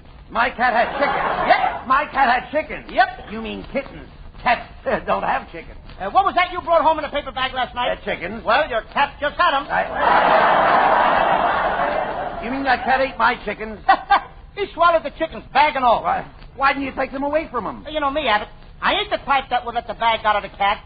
I read that wrong, huh? Well, I've got plenty of other food around the house. Well, by the way, Abbott. What? Seeing that this is Thanksgiving Day, yes, I hate to think of you eating alone. What do you mean?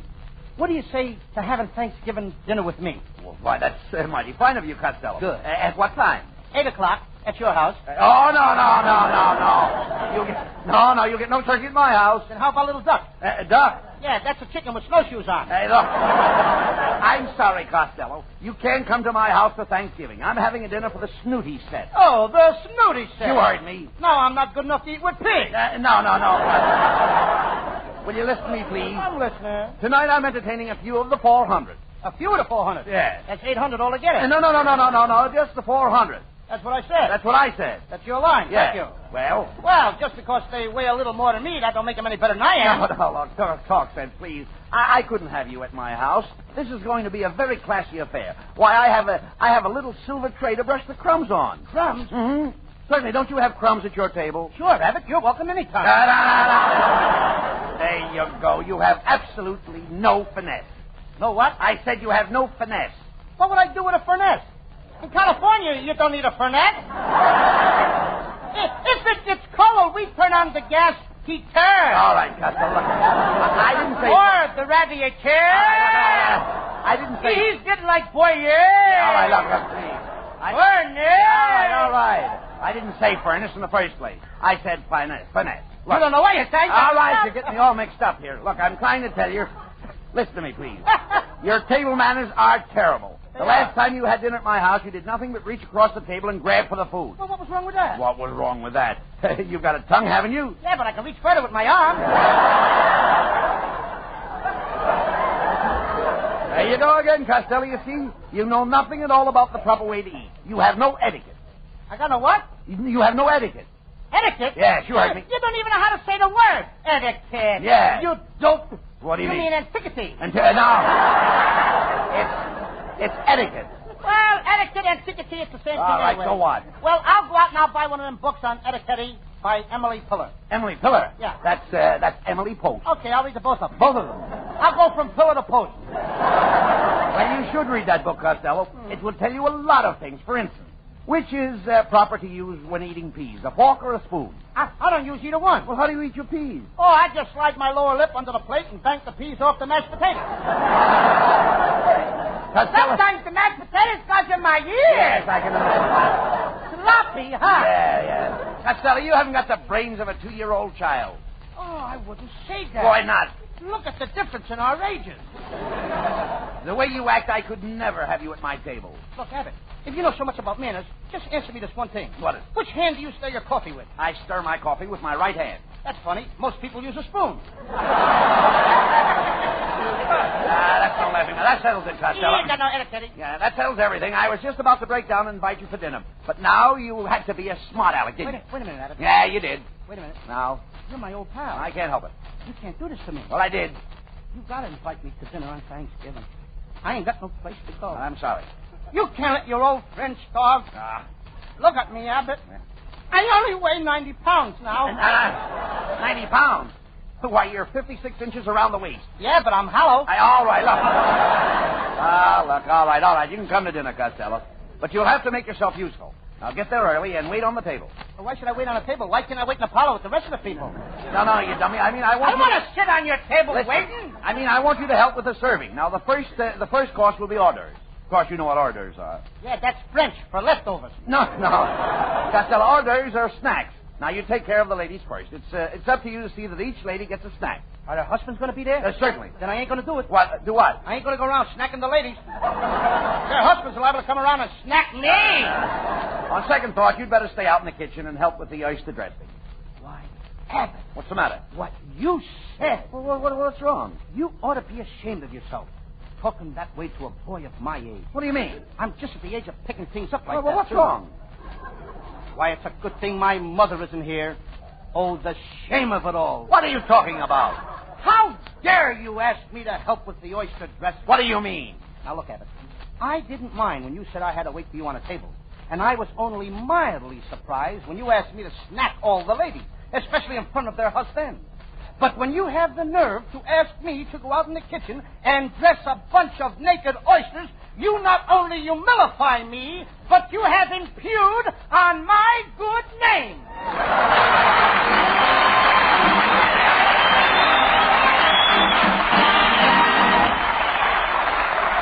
Tomorrow on the back cover of Life magazine, you'll see a very stirring set of pictures under the title Pair of Aces Back to Back. A Navy Dauntless dive bomber attacking a Japanese carrier. Notice, too, the pair of flyers, the pair of aces in the lower left-hand corner. And read the words they're saying. I quote, Camel's Our Cigarette. Suits the throat and the taste to a T. Unquote. C-A-M-E-L-S. Camels, they're aces with the aces. Could be with you, too.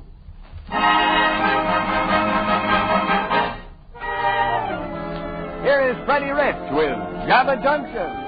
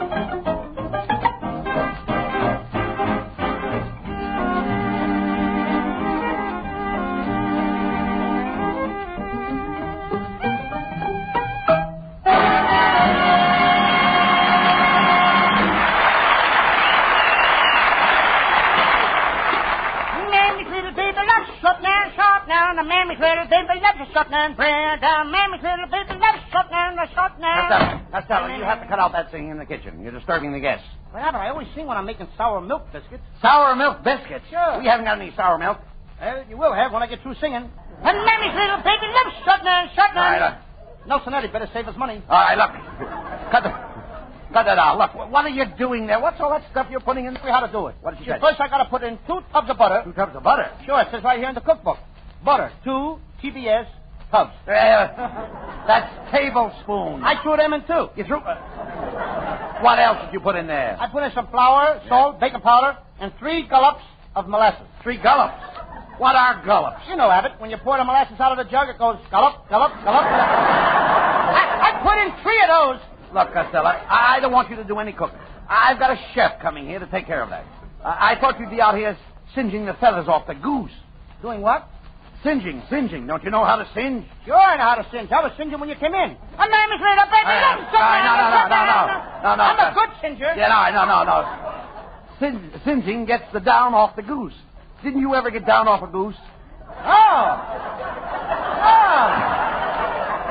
Did you read that right? Yeah. Well, didn't you? Did I ever what? Didn't you ever get down off a goose? No, I got down off a horse. No.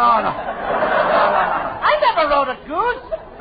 No. That was Fickle. Oh, thank goodness. Here comes the chef.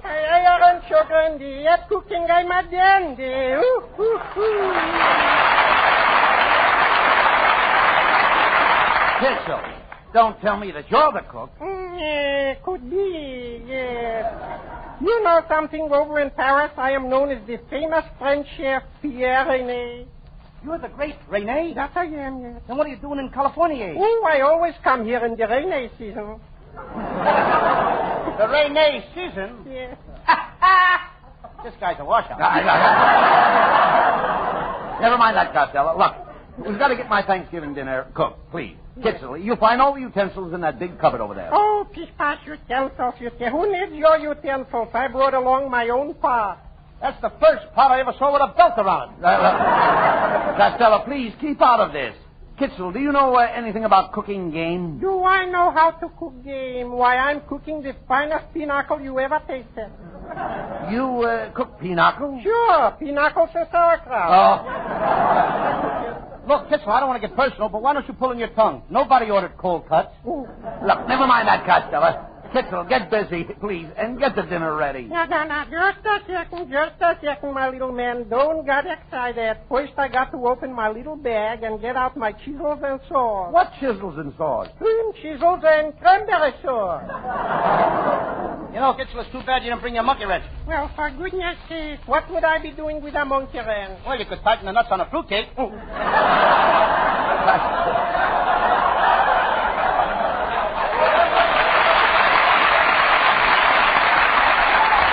Costello, please. Will you get busy and help Kitzel? I'm going into the living room and see if any of my guests have arrived yet. Sebastian! Shut off that radio. Shut it off. My Sebastian. Well, I just come over to help you out, Uncle Bud, and I thought the guests would like some nice romantic music. Romantic music? Mm-hmm. Oh, that tiger isn't romantic music. It is to another tiger. All right. Now, look, Sebastian, if you're going to hang around here, you'll have to behave yourself. Now, this is going to be a very formal Thanksgiving dinner.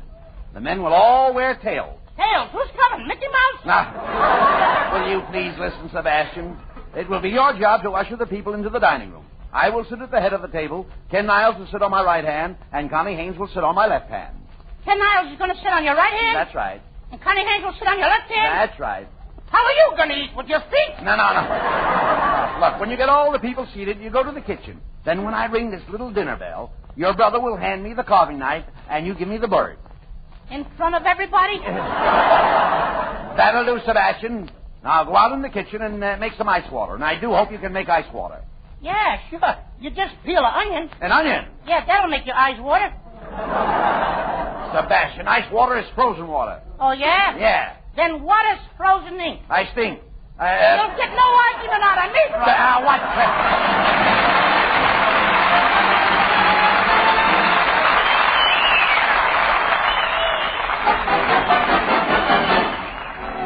Connie Haynes in a current revival of a great song, The Sunny Side of the Street.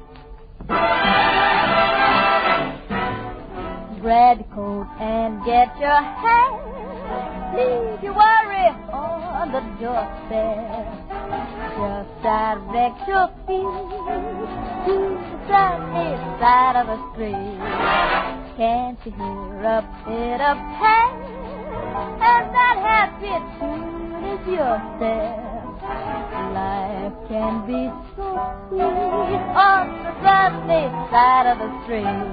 I used to walk in the shade with those blues on parade, but I'm not afraid.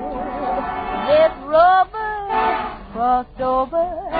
If I never have a cent, I'll be rich as Rockefeller.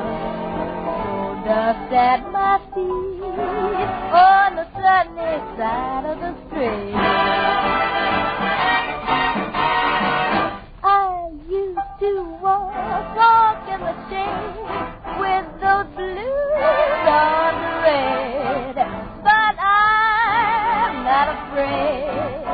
This rover, yeah, I crossed over. If I never have a cent, I'll be rich as Rockefeller. Oh, dust at my feet on the sunny side of the street.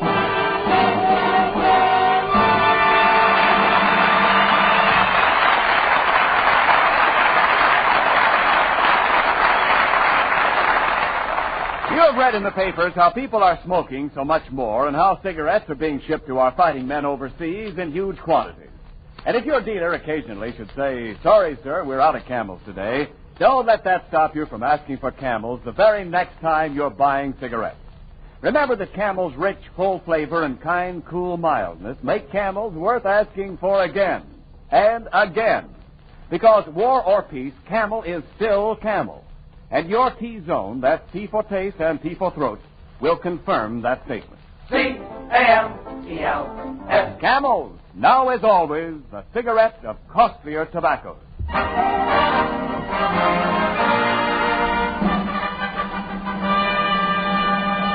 And now, ladies and gentlemen, we take you to the home of Bud Abbott, where a formal Thanksgiving dinner is about to be served. Costello has been working in the kitchen all day like a dog, but he is now ready to face the guests. Let us look in on this dog face. Costello, the guests are arriving. Open the door and announce them as they come in. Announcing Mr. and Mrs. Ed Blank, Mr. and Mrs. Phil Klesner. Announcing Lord Pipsqueak, Knight of the Garter, Lord Beaverport, Knight of the Bath, and Hetty Lamar. Hetty Lamar isn't here. I was thinking of another night. Young man, how dare you leave me standing here? Kindly take my card and announce me. Okay. Hillside, 2183. As for Hazel. If a man answers, hang up. Oh. Wrong card! Wrong card! That isn't my card. Sorry, I got that mixed up with one of my own. Costello, what's your manners? Okay. This is Lady Jennifer Cookie Cutter. That's right, old boy. My home, you know, is at Glendinning on the Tyne. Glendinning on the Tyne? Then you must know my great Aunt Harriet. The old girl is bowlegged, you know. Oh, from Glendinning on the Tyne? No, from hitchhiking on oil trucks.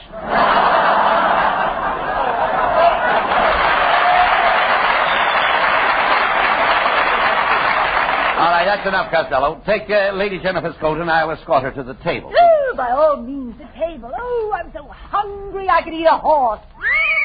Costello, get that horse out of here. Get out of here. Get out of here. Get out of here. And please, bring Lady Jennifer a cocktail. Yes, make it a martini with the black olive. You drink martinis with the black olive? Yes, I'm in mourning for my husband.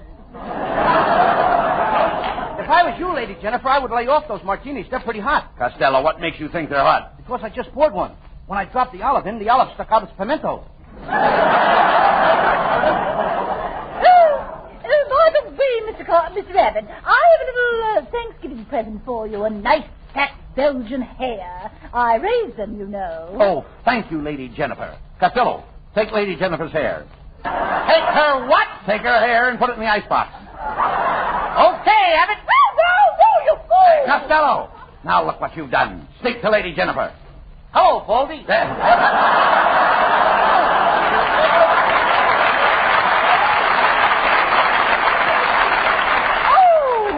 I've never been so insulted in all my life. Come, Lady Jennifer. I'll show you under the table. I'll show you...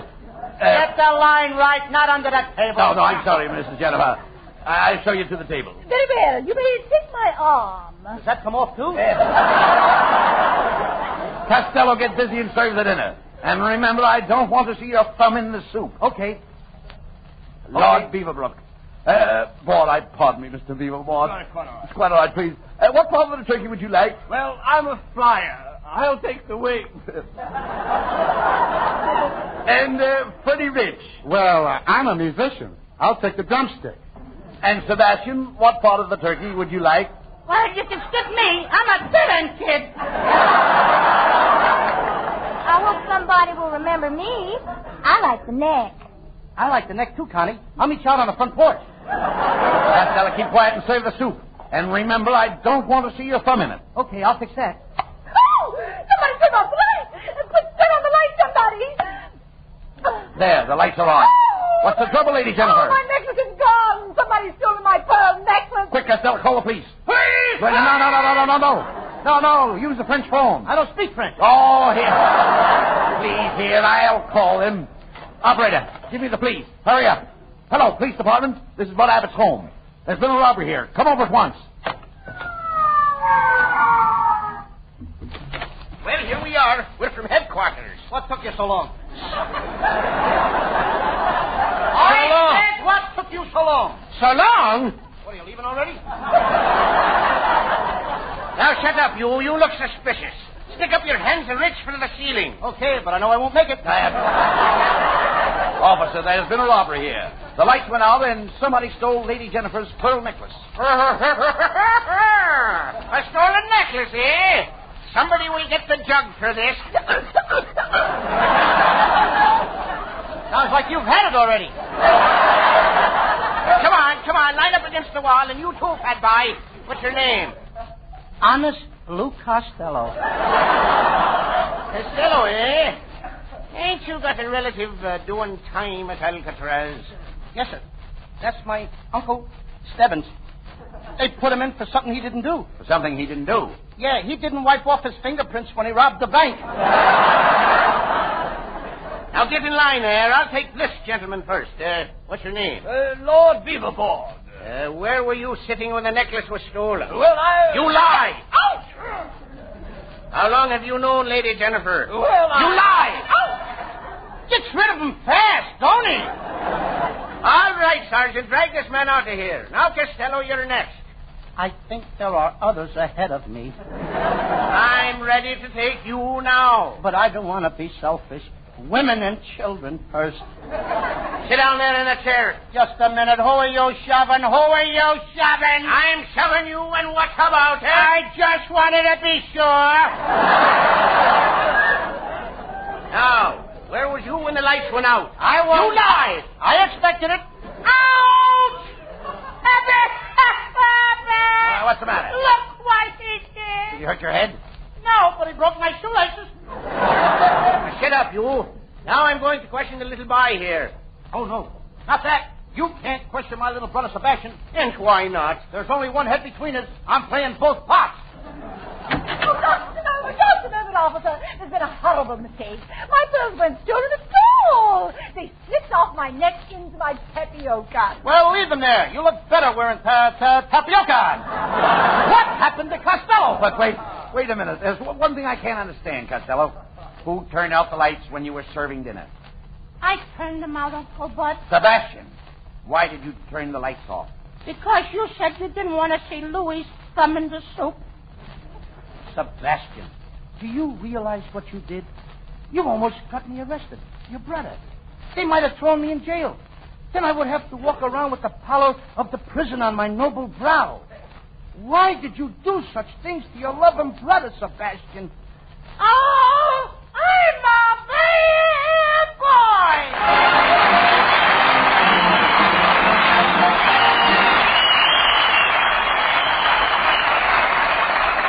Abbott and Costello will be back in a moment. Thanks to the Yanks of the Week. Tonight we salute Lieutenant Thomas A. McKenzie of Auburn, Kentucky. Fighting off unconsciousness from flak wounds in his chest, this bombardier hero completed his bomb run without even letting his own crewmates know he was wounded. In your honor, Lieutenant McKenzie, the makers of Camels are sending to our fighters overseas 400,000 Camel cigarettes.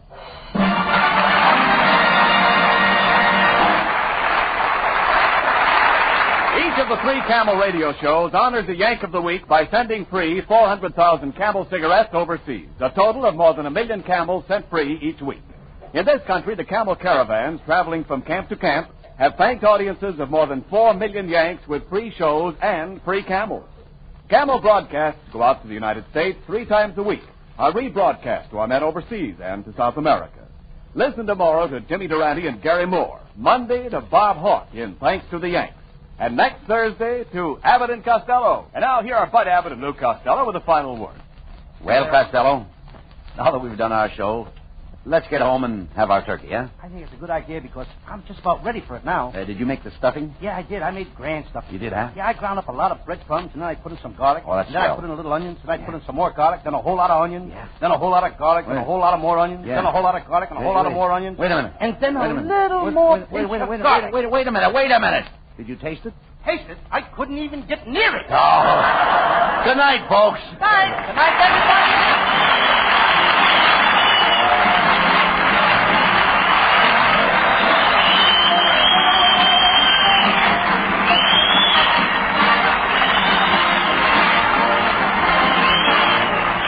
Be sure to tune in next week for another great Abbott and Costello show. And remember, try Camels on your throat and your taste.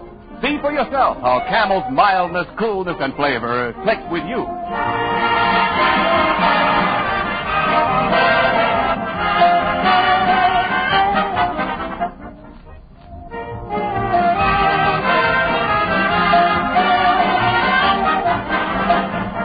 The Abbott and Costello show for Camel cigarettes will be back at this very same time next week. Don't miss it. This is Ken Niles in Hollywood wishing you all a pleasant good night.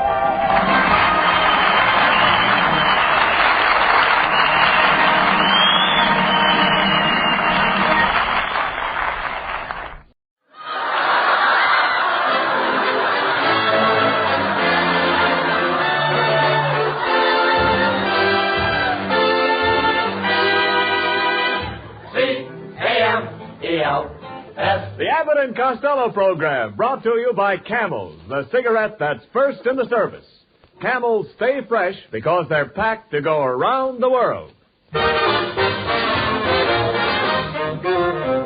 to the music of Freddie Rich and his orchestra, the songs of Connie Haynes, Billy Gray as Little Matilda, Cliff Nazaro. Tonight's guest, the lovely Paramount star, Miss Veronica Lake, and starring Bud Abbott and Lou Costello.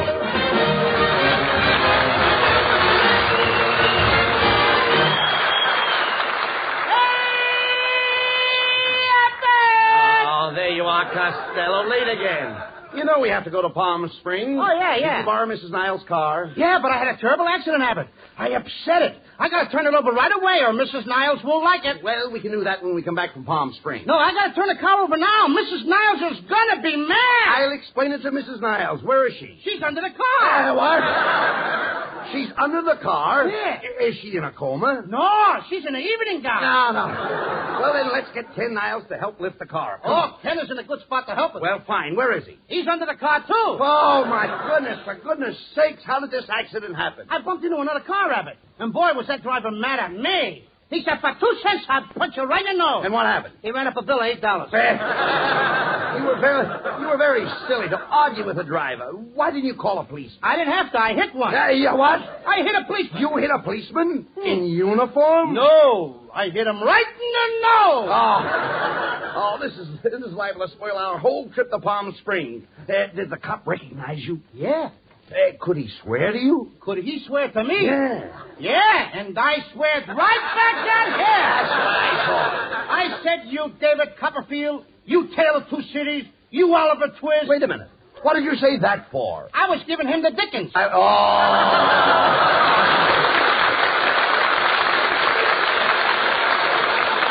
This is a fine thing. Now I have to straighten him out with a policeman. Where is he? He's under the car, too. Oh, my God. What are they all doing under the car? Have you looked for an apartment lately? Wait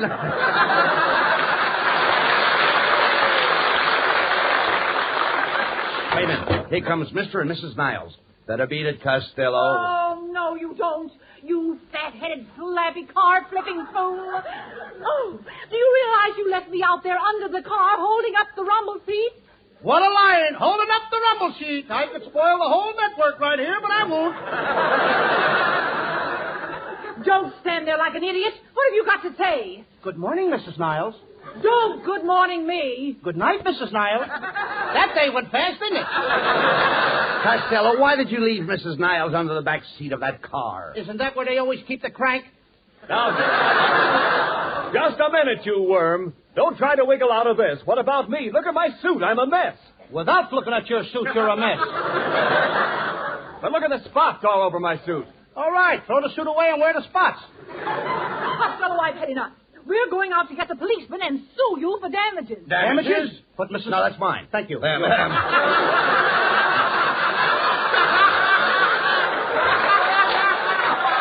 Damages, but Mrs. Niles, did you get hurt? Did I get hurt? Yeah. I have a big scratch on my crazy bone. Put your hat on and nobody will notice it.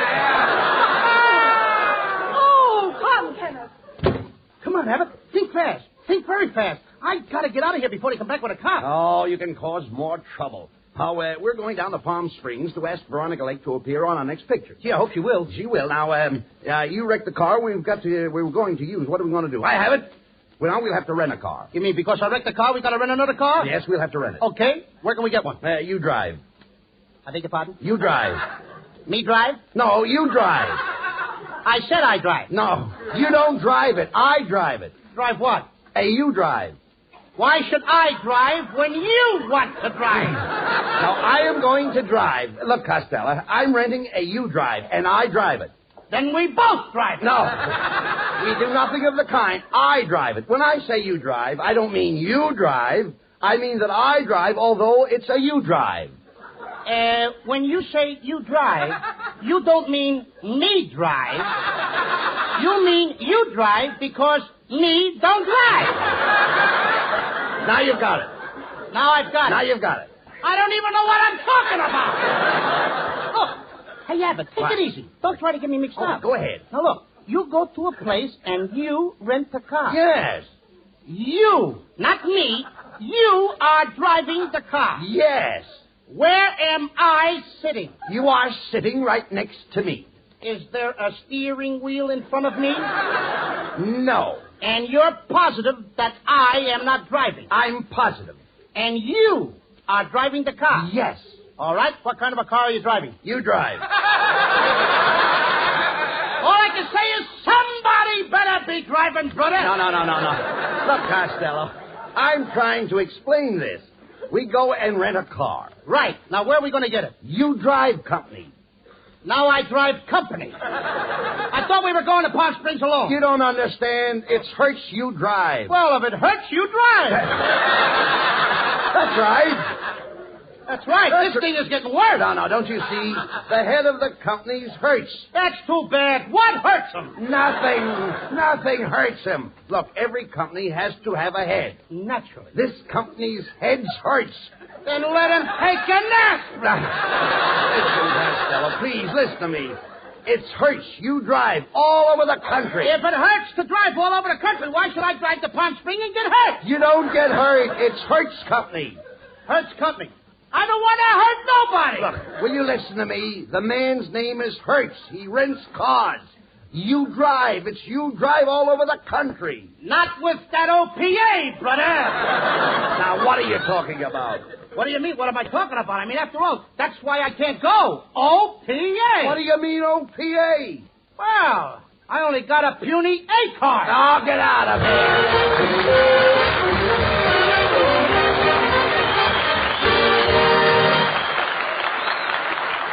A German torpedo boat streaks toward an Allied convoy in the Mediterranean. Suddenly, from an American freighter bursts a chatter of rapid-fire cannon. The E-boat quivers, bursts into flame. And a Navy gun crew has saved another shipload of supplies. They've got what it takes, these Navy gunners, And so has their cigarette, Camels, first with men in all the services according to actual sales records. Wherever they are, from Iceland to the Gilbert Islands, their Camel cigarettes will be fresh when they reach them. Cool smoking and slow burning, because Camels are packed to go around the world. More Camel cigarettes overseas may mean less in your store, so be patient. If you can't buy Camels today, try tomorrow. Remember, when you get Camels, you always get more flavor, the result of expert blending of costlier tobaccos.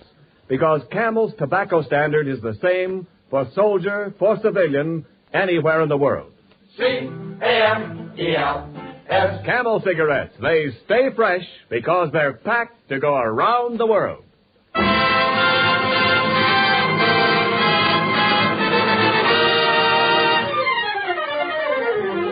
Freddie Rich plays the ever-popular Dancing in the Dark.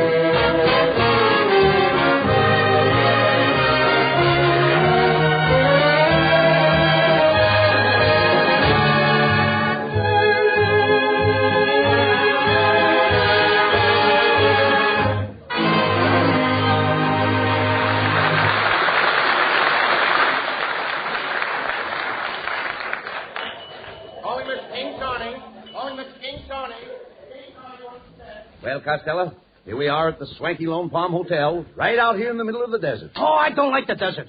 It's full of insects. Oh, not at this time of the year. Yeah, but where do all the little bugs go in the wintertime? Search me. No, thanks. I just wanted to find out. Hey, oh, now listen, please. Stop that. Come on, let's get a room. Okay. Oh, clerk. Oh, jerk. Just a moment, please.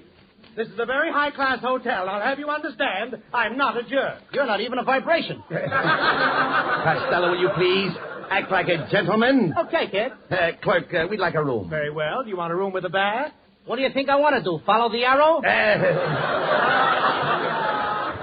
Listen, clerk. We're going to make a very important picture. Please. Costello, will you listen to me? Mr. Clerk, we're going to make a very important picture, and we came down here to see Veronica Lake about being our leading lady. Oh, yes, she's stopping here. Every time I see Veronica Lake, I want to kiss her. My mind says no, and my heart says yes. Well, what do you hear from your liver? Well, Mr. Costello, if you'll just sign the register, I'll have the boy show you to your suite. My what? Your suite. You're cute, too. Oh, come on, clerk. Now, what about the room? All right, Mr. Costello, I have a lovely room for you on the 10th floor. Here's the key, 1006. Now, get going. Okay. Hey, clerk, I'd like to leave a call for 12 o'clock. Sorry, we're all out of 12 o'clock calls. Then call me twice at 6. Now, listen, Costello, please. Will you take that key and get up to the 10th floor and into your room? Okay. See you later, Abbott. All right. Hello? Okay. Now, listen, clerk. I want to meet Veronica Lake right away. Because, you see, 10th floor? 10th floor? Wait a minute. There's only one floor in this hotel. You haven't got 10th floor. Oh, good heavens, man. You're right. This is serious. Oh, Mr. Costello, there's no 10th floor. Come right down.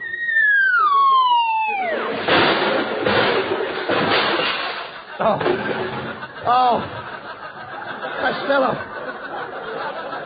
Costello. Speak to me, Costello. Are you all right? What can I do for you? Send the boy up from my bags, will you?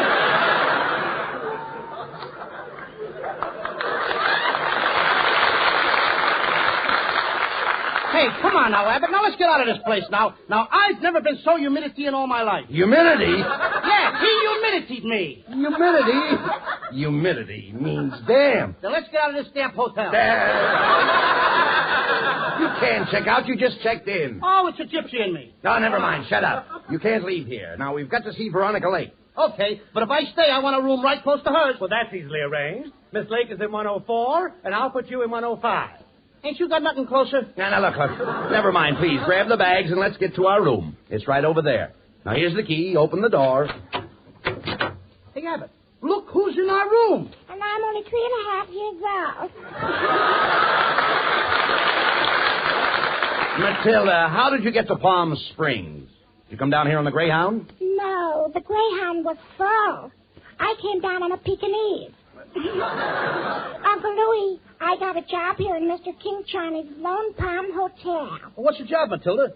I'm chambermaid. I put lace curtains around all the mouse holes in the wall. Lace curtains around all the mice holes. Why do you do that? That attracts a higher class mice. Oh, come on, now get out of here. Now listen, Costello. Hey, Abbott, what? That's Matilda knocking on the door again, just to bother me. I'm going to put her over my knee and paddle her. All right, you asked for it. Ow! Ow! I beg your pardon. I thought you was only 3.5 years old. Costello, it's Veronica Lake.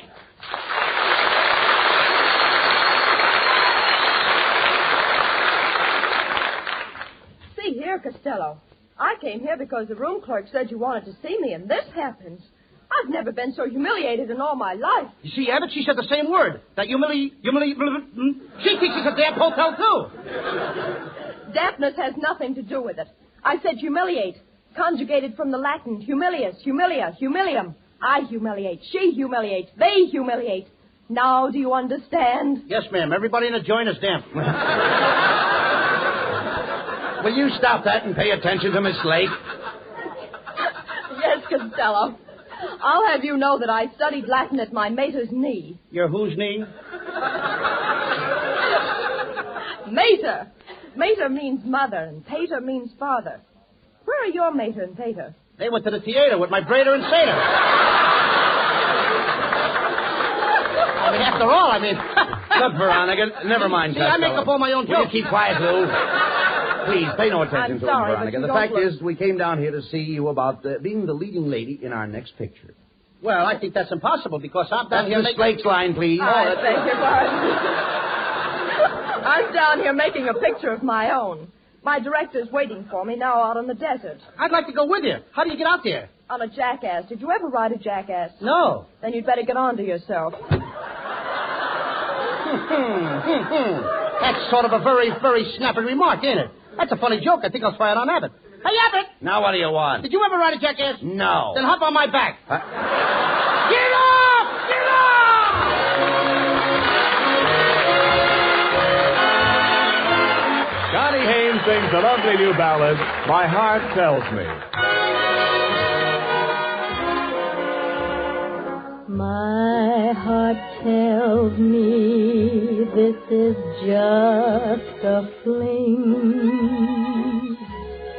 Yet you say our love means everything. Do you mean what you are saying? Or is this a little game you're playing? My heart tells me I will cry again. Lips that kiss like yours could lie again. If I'm fool enough to see this through, will I be sorry if I do? Should I believe my heart or you? My heart tells me I will cry again. Lips that kiss like yours could lie again. If I'm fool enough to see this through, will I be sorry if I do? Should I believe my heart or you?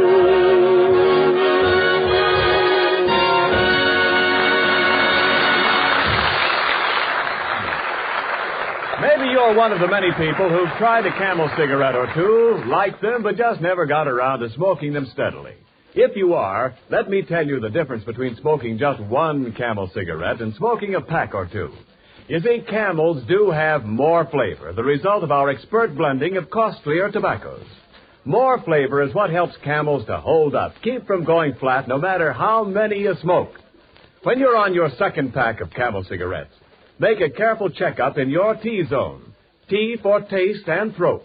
And be your own judge of Camel cigarettes' rich extra flavor and smooth extra mildness. And remember, your Camel cigarettes will stay fresh, cool smoking, and slow burning anywhere because they're packed to go around the world. C-A-M-E-L-S. Camel cigarettes. They're first in the service. They've got what it takes.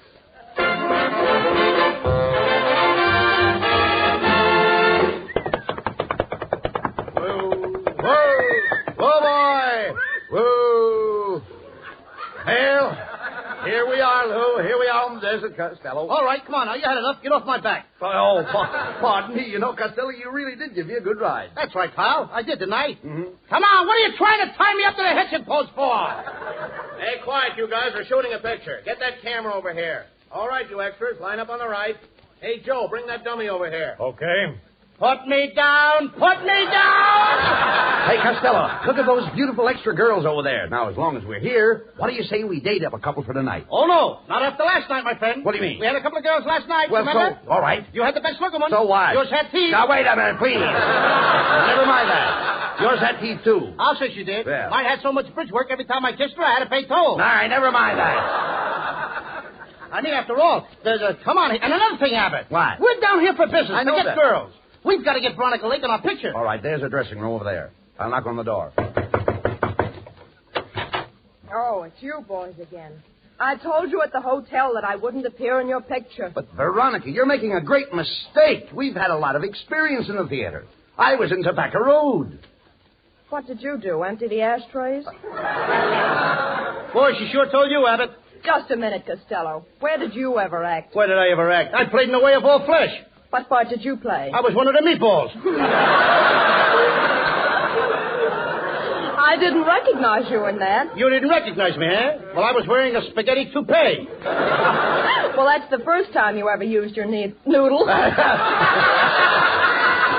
Well, I guess it's no use, Costello. Veronica will only make a picture with glamour boys. I'm a glamour boy. Just the other night, Hetty Lamar told me I was her idea of a lover. Then her husband walked in. And what happened? Her idea was carried out. I'll tell you what I'll do, fellows. We're just about to shoot a scene for my picture. That scene is shot. Now what about the next one? Veronica, we're already on the set. Oh, here comes my director. Oh, Cliff, I want you to meet Mr. Costello. Mr. Nazzaro, Mr. Costello. Mr. Abbott, Mr. Nazzaro. Mr. Costello, Mr. Abbott, Mr. It's getting Abbott. kind of crowded. Let's get some more chairs, will you? Desist. Quiet. Cliff, can you use these two boys in our picture? Yes, I think so. I need a lover and a stunt man. I'm a lover. I'm stunted. Now, wait a minute, Abbott. You're no lover. Now, what do you mean? When I come on the screen, women sit up and notice me. Oh, yeah? The women who notice you are too old to sit up. Cliff, we're wasting time. Why don't you explain the scene to the boys? All right. Now, boys, this is a very simple scene. The camera catches Veronica and Abbott in an embrace. Costello, you come into the room, and I want you to walk over to Racery, lift up the caster, pull in your sailor reese, and pour like a cat road to supper Merriman.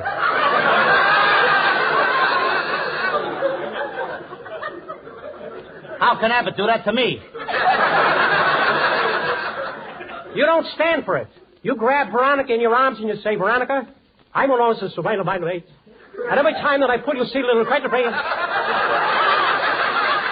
I want you to kill the priest and not the Vollevice for all the times that I sang with Hilton Penny Court to celebrate my 5%. Did you get it? Yeah, I mean, you didn't say it. Why don't you pay attention? He's directing you, Lou. Costello, I want you to know that you can't insult my director. Absolutely not. After all, I just told you I want you to go over to Veronica. Pick up the Santa Grace, not the little cats in the hope of some minor balls. I want you to walk towards her. Put your arms, put that little Santa Grace, pull it for the face, and squeeze his shoulder grace. And I know what I'm saying. You and nobody else. There you go again, insulting him. I can't understand you. You can't understand me. Listen to him. What's the matter with you, Costello? Can't you take direction? Mr. Nazaro is a famous director. Yes. You mean to tell me you never saw Gorham with the Samadras?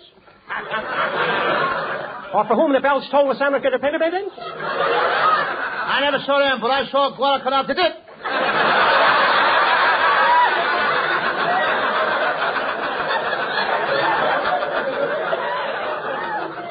You mean Guadalcanal did? Did it? I saw it twice. Will you stop that, please? Let's get back to the scene, Cliff. Mr. Costello was just about to make love to me. All right, Veronica. Now, Costello, listen once more. You fall in love with Veronica and propose to her. I want you to give me that depth of assorted grace when it pays. And I want you to go over to her and bring out the cat and bring out the Santa Claus of the times when you loved not Cary Grant and those other actors' race. I want you to Santa Barbara's celebrate. Don't you agree with me? Yeah, but what about the children? He didn't mention any children. But he could have. Now listen, Veronica, I've got a reputation. And I don't have to stand for this, because if I have to stand listening to these fellas from telling me that I've directed formeries, I've made Cantrons, Faltrons, English Salafrays, Carpots, and never made a force of the picture. And I'm ordered to sell it. And I'll do it, too. And he means every word of it. Look, folks, I realize I lost my head, and there's just one more thing I'd like to say before I go. Yeah, I'm glad he said that, because he's a nice fella. Yes, he certainly is, Costello. Just think, after the way you treated him, he was big enough to walk back and say Scanaflanus and Alistenison. And that means a lot, too. Yes, Lou. What have you got to say? I mean, after all, what can I say? After the fellow was big enough to come back and say Scanaflanus. Lou, if you hadn't been so frantic when he came into Thrallin and Clivisade, he wouldn't have been so pellucid. Pellucid? That's the one thing I didn't do to him, pellucid. I mean, what does he want from me? What does he want from you? Why, at this very moment, he might be outside guilt-fending. No, not guilt-fending. Oh, Abbott, come on. We haven't got a minute to lose. Where are we going? We're going outside and guilt-fend with him. Get out of here!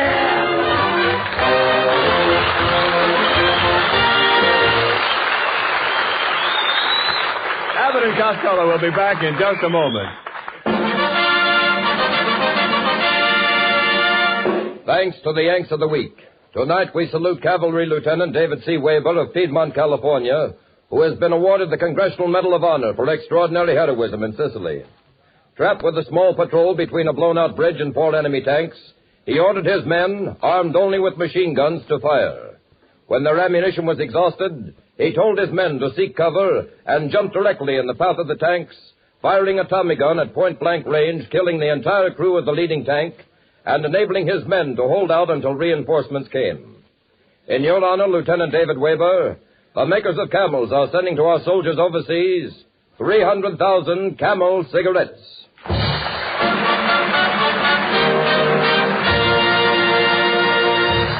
Each of the 4 Camel shows honors a Yank of the Week, sends 300,000 Camel cigarettes overseas. A total of more than 1 million Camels sent free each week. In this country, the traveling Camel caravans have thanked nearly 3.5 million Yanks with free shows and free Camels. Camel broadcasts go out to the United States 4 times a week, a shortwave to our men overseas and to South America. Listen Friday night to Jimmy Durante and Gary Moore, Saturday night to Bob Hawke in Thanks to the Yanks. Monday night to Blondie. And, of course, Thursday night, it's Abbott and Costello with their guest, Arthur Treacher. And now, here's Abbott and Costello with a final word. Thanks, Ken. Well, Costello, I'm certainly glad to be away from the Lone Palms Hotel in Palm Springs and all that trouble. That's right, Abbott. And I... Come in. Costello, I'm Officer O'Houlihan. You're under arrest for causing personal damage to Mrs. Niles and to her car. I'm taking you to the station house. Oh, yeah? Where's your patrol wagon? The patrol wagon broke down. Then how are we going? You drive. You drive! Not me, brother! Oh, resisting an officer, eh? Take that! Ooh. Now, what have you got to say? It hurts! That's what I've been trying to tell you all day. Tell me what? Hurts you drive. All right, I'll drive.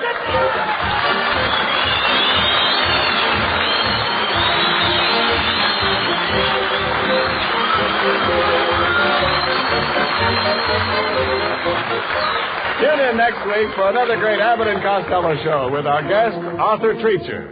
And remember, Camel cigarettes are first in the service. They've got what it takes. Camels stay fresh because they're packed to go around the world. Veronica Lake will soon be seen in the Paramount picture, Hour Before the Dawn. This is Ken Niles wishing you all a very pleasant good night from Hollywood.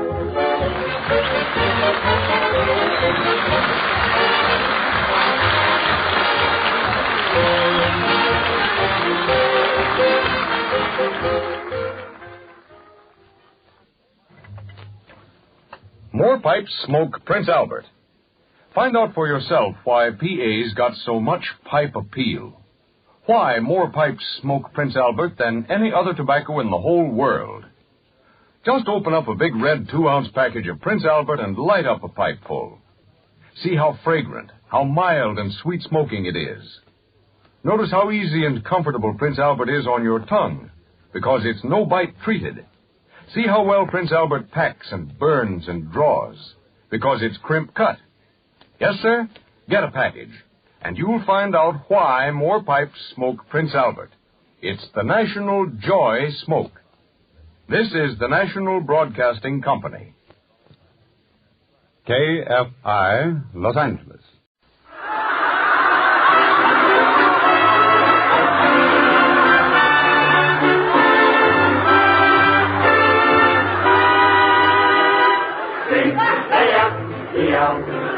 The Abbott and Costello program brought to you by Camels, the cigarette that's first in the service.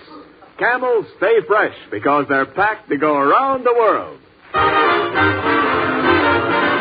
Listen to the music of Freddie Rich and his orchestra, the songs of Connie Haynes. Tonight's guest, one of radio's favorite comedians, Judy Canova, and starring Bud Abbott and Lou Costello.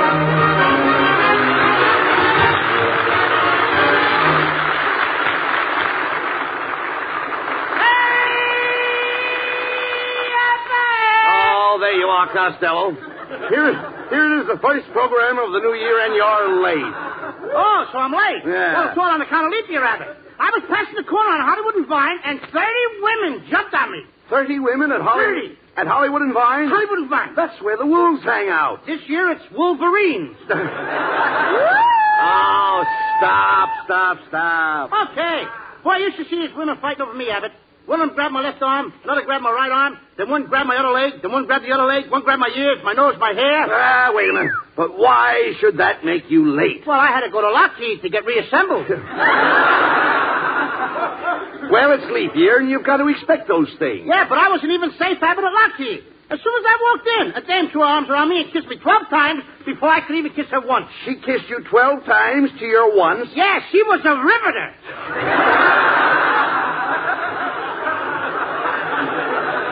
Hey, River kissed you? I don't believe it. Oh, you don't. Now, Costello, don't run down leap year. Will you please, Lou? Listen. Maybe I didn't read it right. Lou, will you listen to buddy? Don't run down leap year. This is an excellent opportunity for some nice girl to propose to you, and then you can settle down and get married. Wait a minute, Abbott. Who wants to get married? I don't want no mother-in-law. What's wrong with a mother-in-law? Do you know what a mother-in-law is? Sure. A mother-in-law is the Gestapo with bloomers.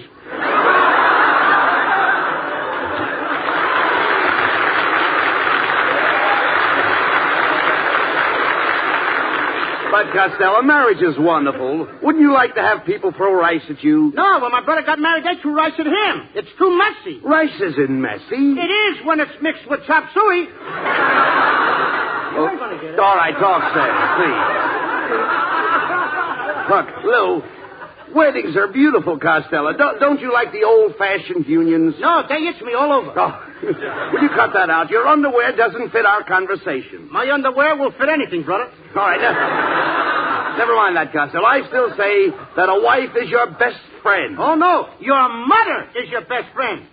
And I think it's a shame when they have just one holiday for your mother and two for your father. 2 holidays for your father? What are they? Father's Day and Poppy's Day.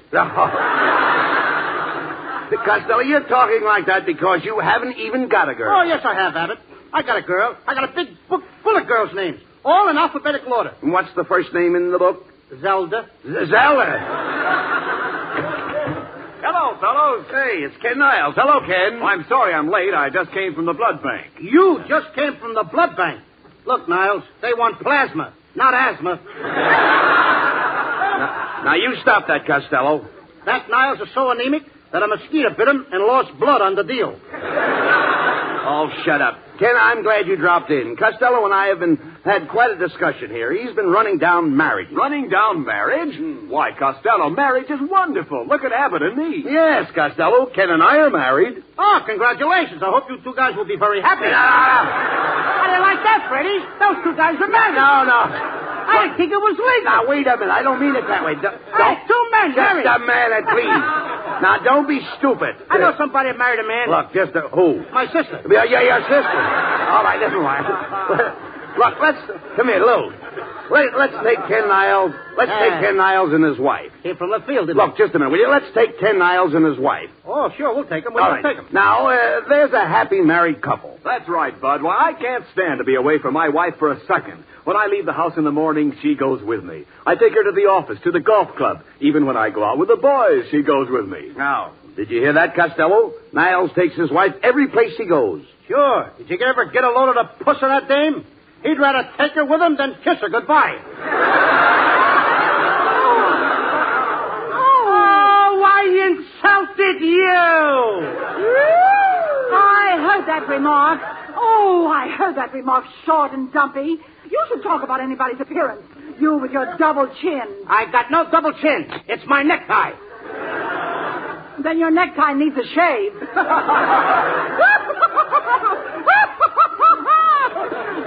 Oh, darling, you're so funny. You kill me. Oh, no, dear. You're funnier than I am. You kill me. No, you kill me. Oh, no, you kill me. If there's anybody out there with a hunting license, what are you waiting for?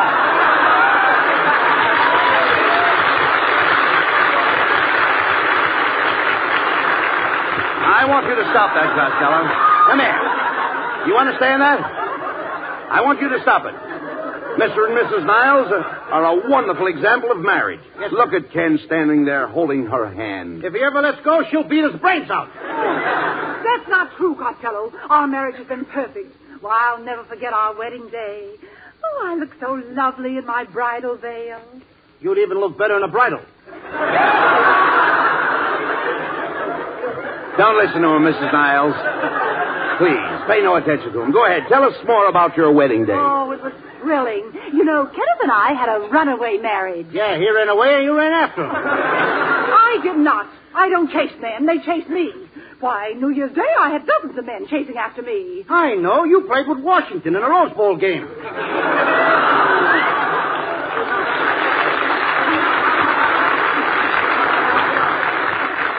Why, I know nothing about Washington. Not even George?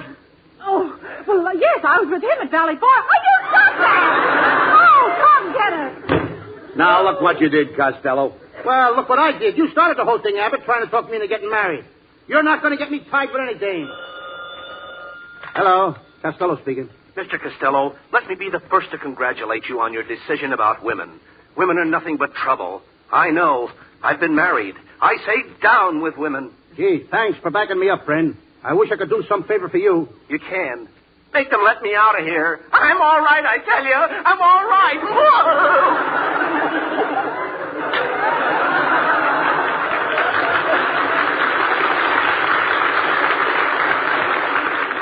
You see, Costello, that proves what I said. Marriage is a wonderful institution. Oh, yeah?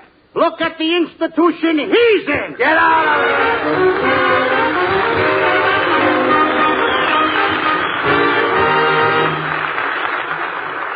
Hitting the beach with the first assault troops are the amphibian engineers, men trained to find and remove deadly mines under the sand. They've got what it takes, these seagoing engineers, and so has their cigarette, Camels. First with men in all the services, according to actual sales records. Both at home and overseas, more people want Camel cigarettes, and that's why your store may be sold out from time to time. But remember, Camels are worth asking for again. They always have more flavor, the result of expert blending of costlier tobaccos. And Camel cigarettes keep their flavor, too. They stay fresh, cool smoking, and slow burning, because they're packed to go around the world. C-A-M-E-L-S. Camel cigarettes. Camel's tobacco standard is the same for soldier, for civilian, anywhere in the world. Freddie Rich, the orchestra, and just one of those things.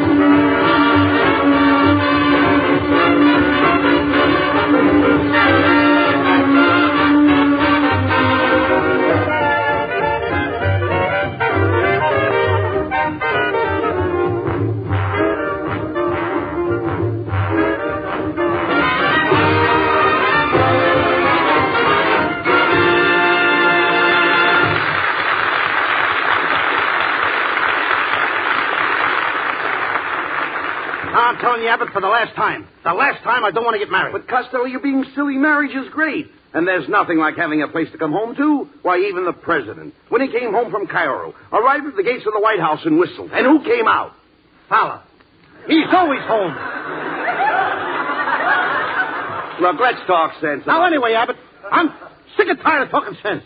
All year I get talk sense. If I get married, I'd have to give up my career. You know, I'm a beachcomber at the Union Station. A beachcomber in a railroad station? Sure, I stand there and watch the waves come in. Oh. Watch the waves come in. That's about the only way you could get a girl. Is that so? You may not know it, Abbott, but Cary Grant and I go 50-50 on girls. Really? Of course. He gets some under 50 and I get all those over. Come in. Oh, it's Connie Haynes. Hello, Connie. Hello, Mr. Abbott. Hello, my fat little sugar man. Mr. Costello. Yeah? This being leap year, I want to propose to you. I want to marry you before some beautiful actress gets you. Gee, Connie, you think that I'm handsome? No, but they're running out of the handsome ones, and they'll be taking them from your class next. Connie, are you really in love with Costello? Yes, I am. Mr. Costello. Yes. Last night I dreamed that you took me to dinner. Dream on, girl. Then I dreamed that you took me to the Trocadero for dancing. Dream on, kid. And then I dreamed that you bought me the most beautiful mink coat. Wake up! Wake up! Costello, what's wrong with you? Here a lovely girl throws herself at you and you don't appreciate it. Yes, I don't drink. I don't stay out late. I don't pet. I'm a nice girl. Well, I don't drink. I don't stay out late. And I don't pet. Gee, you're a nice girl, too. Sure. Now you see what you did, Costello? You just don't know how to handle women. Listen, I'll tell you what I'll do. I'll coach you. Let's suppose I'm the man and you're the woman. Abbott, I can't be a woman. Why not? It's too late. After all. Why do you mean it's too late? I've been shaving since yesterday. Oh, well. Starting Tuesday, I go out with girls myself. All right, look, we'll just make believe. Look, make believe you're the woman, and I'm coming to your house to call on you. Now, are you ready? No, wait a minute. What kind of a woman am I, a blonde or a brunette? Look, I don't care if you're a blonde or a brunette. I don't even care if you're bald-headed. Oh, you men are all alike.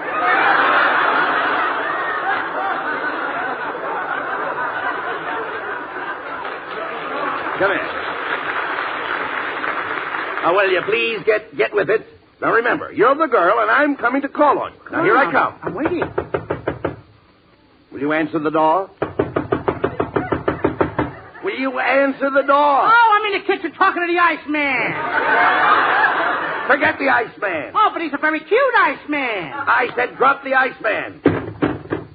Sorry, Sam. No, come here. We'll try it once more. Now, come on. Get with it. Now, I knock on your door. Why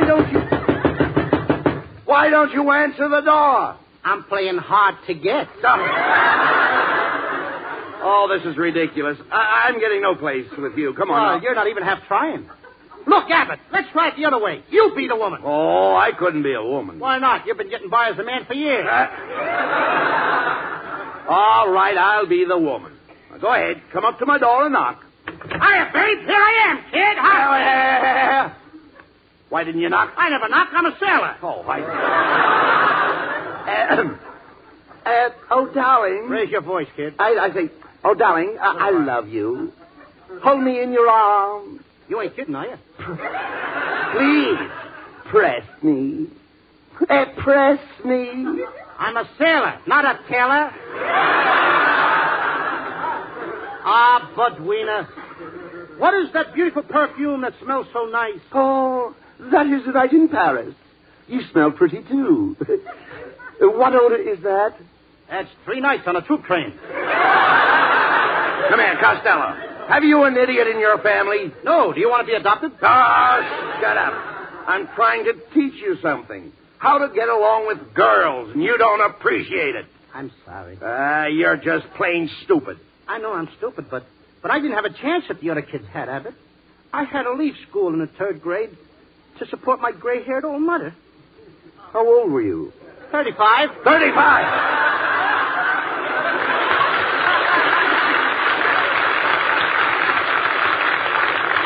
Look, will you keep quiet? Low, come here. What I'm trying to tell you about love is very simple. Look, what I'm trying to explain is very simple. All nature expresses it. Here, come here. Here, look out that window. Which you one? See those beautiful squirrels near that tree? You see them there, Lou? Oh, yeah. Yes, you do see them? Yes. Well, that's wonderful. Now I can see them so plain. No. Notice how they approach each other. They get closer and closer. Look, they're rubbing noses. See that? Oh, yeah. Well, that's all there is to it. That's all? Well, goodbye, Abbott. See you later. Where are you going? To propose to a girl? No, to catch a squirrel. Ah, get out of here. Connie Haynes sings the lovely new ballad, How Sweet You Are. How sweet you are, how sweet you are, how dear your tenderly smiling face. Through days all bitter and gray and grim, through nights when even the stars are dim, how sweet to know my heart can glow from just the warmth of our first embrace. The world's a lovelier world by far when I remember how sweet you are, how sweet to know my heart can glow from just the warmth of our first embrace. The world's a lovelier world by far when I remember how sweet you are.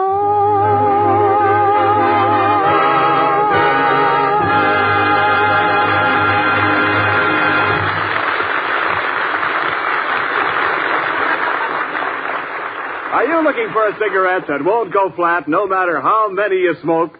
Well, just test out a pack or two of Camels in your T-zone. Our way of saying, let your taste and your throat decide. Your taste will tell you all about more flavor, the result of expert blending of costlier tobaccos. And it's Camel cigarettes' extra flavor that helps them to hold up pack after pack. Your throat will give you the last word on Camel's smooth extra mildness, too. And remember, Camel cigarettes stay fresh, cool smoking, and slow burning because they're packed to go around the world. C-A-M-E-L-S. Camel cigarettes. They're first in the service. They've got what it takes.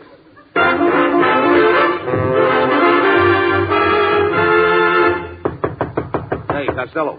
Somebody's at the door. Come in. I'd like to talk to Lou Costello. That's me. I've come here to talk to you about marriage. Sorry, you don't appeal to me. Quiet. Let me handle this, Lou. What's the trouble, neighbor? Well, sir, it's this way. Mr. Costello, on your way to the broadcast today, did you tip your hat to a girl on the street? Yes, sir. She said hello to me, so I tipped my hat. Well, that was my daughter, so I'm here to arrange for the wedding. What wedding? I tipped my hat, that's all, my friend. You and my daughter, sir. She is aiming to get married. Oh, yeah? Well, I ain't aiming to marry her. I got a shotgun here. Your aim is better than mine. Just a minute, mister. Tipping your hat to a lady is hardly a proposal of marriage. That's the law where I come from. Skunk Hollow. Oh, so you come from Skunk Hollow. Yes, sir. I live right in the holler. Nice to have a place named after you. Yeah. I ain't wasting any more time. Come in here, gal. Gentlemen, this here's my daughter, Judy Canova.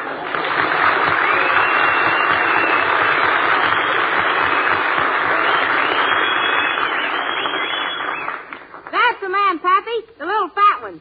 Come into my arms, little fat man. I love you. Get away from me. Get out of here. Oh, now. Tell me you love me. Speak to me. Speak to me. I can't, kid. You're sitting on my chest. Let me up with that. Oh, come on into my arms. Oh, gee, this is wonderful. I wish I had this much butter.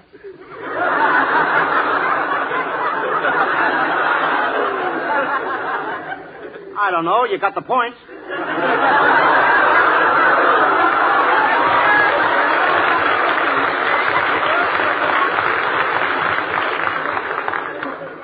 You sure ain't got any. I have now. Come on here now. Let's run off and get married. Oh, no. You mean you want me to fly away with you? Fly? With your fuselage, you couldn't get off the runways. Hey, you should talk. Get a load of those pigtails. You look like a P-38 with teeth. Costello, that's no way to talk to Judy Canova. Now, she's a very lovely girl. Yep, and I'll make you a perfect wife. I can cook, I can sew, and right now I'm knitting a glove. Why only one glove? What are you going to do with it? I'm going to put it on the cow to keep the milk warm. Hey, Abbott, get this dizzy dame away from me, will you? Oh, stop complaining. Beauty is only skin deep. Take away the skin and what have you got? I don't know, but I'd hate to have it for a blind date. See here, Judy, I don't understand why you're chasing after Costello. Don't you have a boyfriend in Skunk Hollow? Oh, sure. I got lots of boyfriends back home. As a matter of fact, they selected me as their favorite pin-up girl. Really? Yep. If Pappy hadn't chased the dogs away from that tree, I'd have been pinned up there yet. Oh, look at him. Oh, Mr. Costello, won't you marry me? Why should I? My uncle married my aunt, and my father married my mother. Yeah? So why should I marry a total stranger? Well, now, listen here. I don't care what you say. You are going to marry me. Now, I even got the ring. Where'd you get it? Some millionaire passed through Skunk Hollow last week and gave it to me. City fella by the name of Woolworth. Gee, that's a pretty emerald ring. Oh, that ain't no emerald. The emerald's green. Wait till you wear it a while. Look, Lou, this marriage isn't such a bad idea. Don't you want to call some girl Mrs. Costello? No, that's my mother's name. I've heard enough of this talk. Judy, you going to stand there and let this fat boy insult you? Show him how tough you are. All right, Pa. Give me the shotgun. Judy, you just shot off 6 of your toes. Oh, that's all right. I got 8 more left.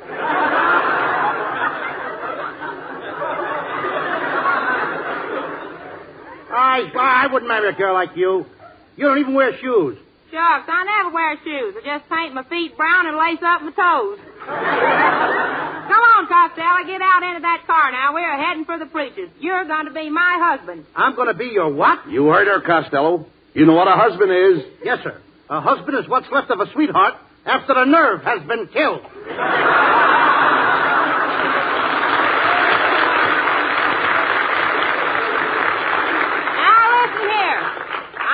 I'm tired of all this here talking. Costello, you see this gun? It shoots bullets 9 miles and throws rocks the rest of the way. Get moving, you hear me? Hey, that gun barrel is cold. Oh, wrong way. Keep it off my neck, please. Hey, Abbott, do something. Will you shut up? Get it backwards. You're going to love being married. Now, let's go. Hey, Abbott, now come on. You got to get me out of this now, will you? I don't want to live on no farm. Yeah, but living at Rancho Canova is wonderful. Why, you can help me round up the cows. How can you round up cows with those bow legs? What have they got to do with it? You must have a terrible time getting your calves together. What's the matter with my calves? Quit arguing, Costello. Get in the car. Come on, open the door.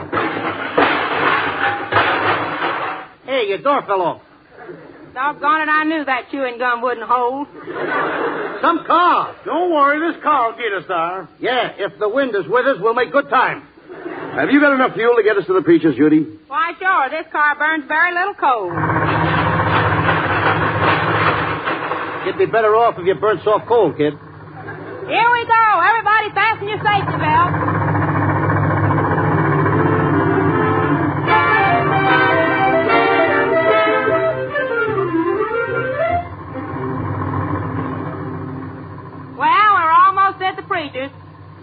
Costello, my lover, we're going to be happy, ain't we? I said we're going to be happy, ain't we? Costello, I've been talking to you for the last 10 miles. All you do is keep shaking your head from side to side. I can't help it. I got my nose caught in the windshield wiper. There's the preacher's house, Judy. Stop the car. Put on your brakes. Brakes? What's brakes? What brakes? What brakes? Brakes are the things that stop the car. Oh, Pappy, put your foot out. Okay, Pappy. Get back in the car, Stumpy. I read that wrong, too. Go on, let's go, Costello.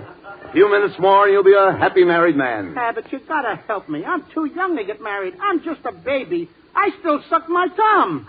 You suck your thumb? Yeah, I can't reach my big toe anymore. Well, Judy gal, I told you I'd get your husband, didn't I? Shucks, you sure did, Pappy. Too bad poor old Grandpa can't be here to see it. What happened to your grandpa? He dropped dead. How do you know he's dead? Did you put a mirror in front of his face? Yep, that's why he dropped dead. All right, folks. Let's go inside and get this over with. Oh, this is going to make me the happiest girl in the South. Are you sure you're from the South? I thought Southern people had long drawls. Oh, I took mine off. They made my stockings look lumpy. Come on, honey lamb. This won't take but a minute. It ain't going to hurt a bit. Just step right up in front of that preacher, say I do, and we'll be off on our honeymoon. Now, wait a minute. Now, listen, Judy. Before we get married, I want you to do a favor for me. What's that, lover? I hate to ask you, but give me a kiss. Why, sure. Here. That's it. That's all. I knew it. The marriage is off. The marriage is off just because I kissed you? Certainly. If you kiss me, you kiss anybody.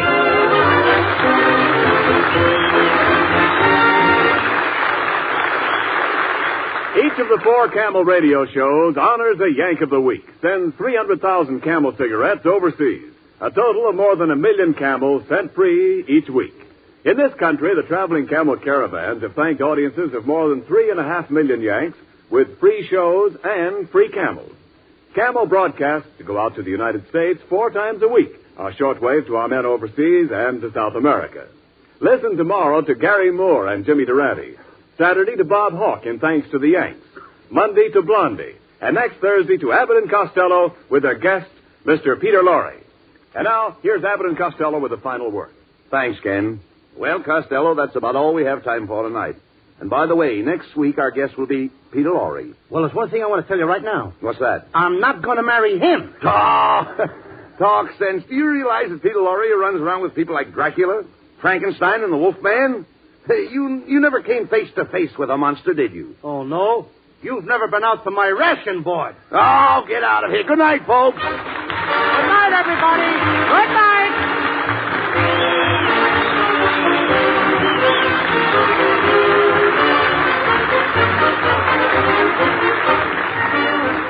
Be sure to tune in again next week for another great Abbott and Costello show. Judy Canova appeared through the courtesy of the makers of Colgate tooth powder. And remember, Camel cigarettes are packed to go around the world. Camel stay fresh and slow burning because they're packed to go around the world. This is Ken Niles wishing you all a very pleasant good night from Hollywood. More pipes smoke Prince Albert than any other tobacco in the whole world. Mister, find out for yourself about PA, the tobacco that stands for Pipe Appeal. Get a big red 2-ounce package of Prince Albert. It holds around 50 rich-tasting, sweet-smoking pipefuls. Yes, sir, and every one is no-bite treated to give you cool, tongue-happy smoking comfort. Prince Albert's crimp cut, too, to pack and burn and draw just right. More pipes smoke Prince Albert. It's the National Joy Smoke. This is the National Broadcasting Company.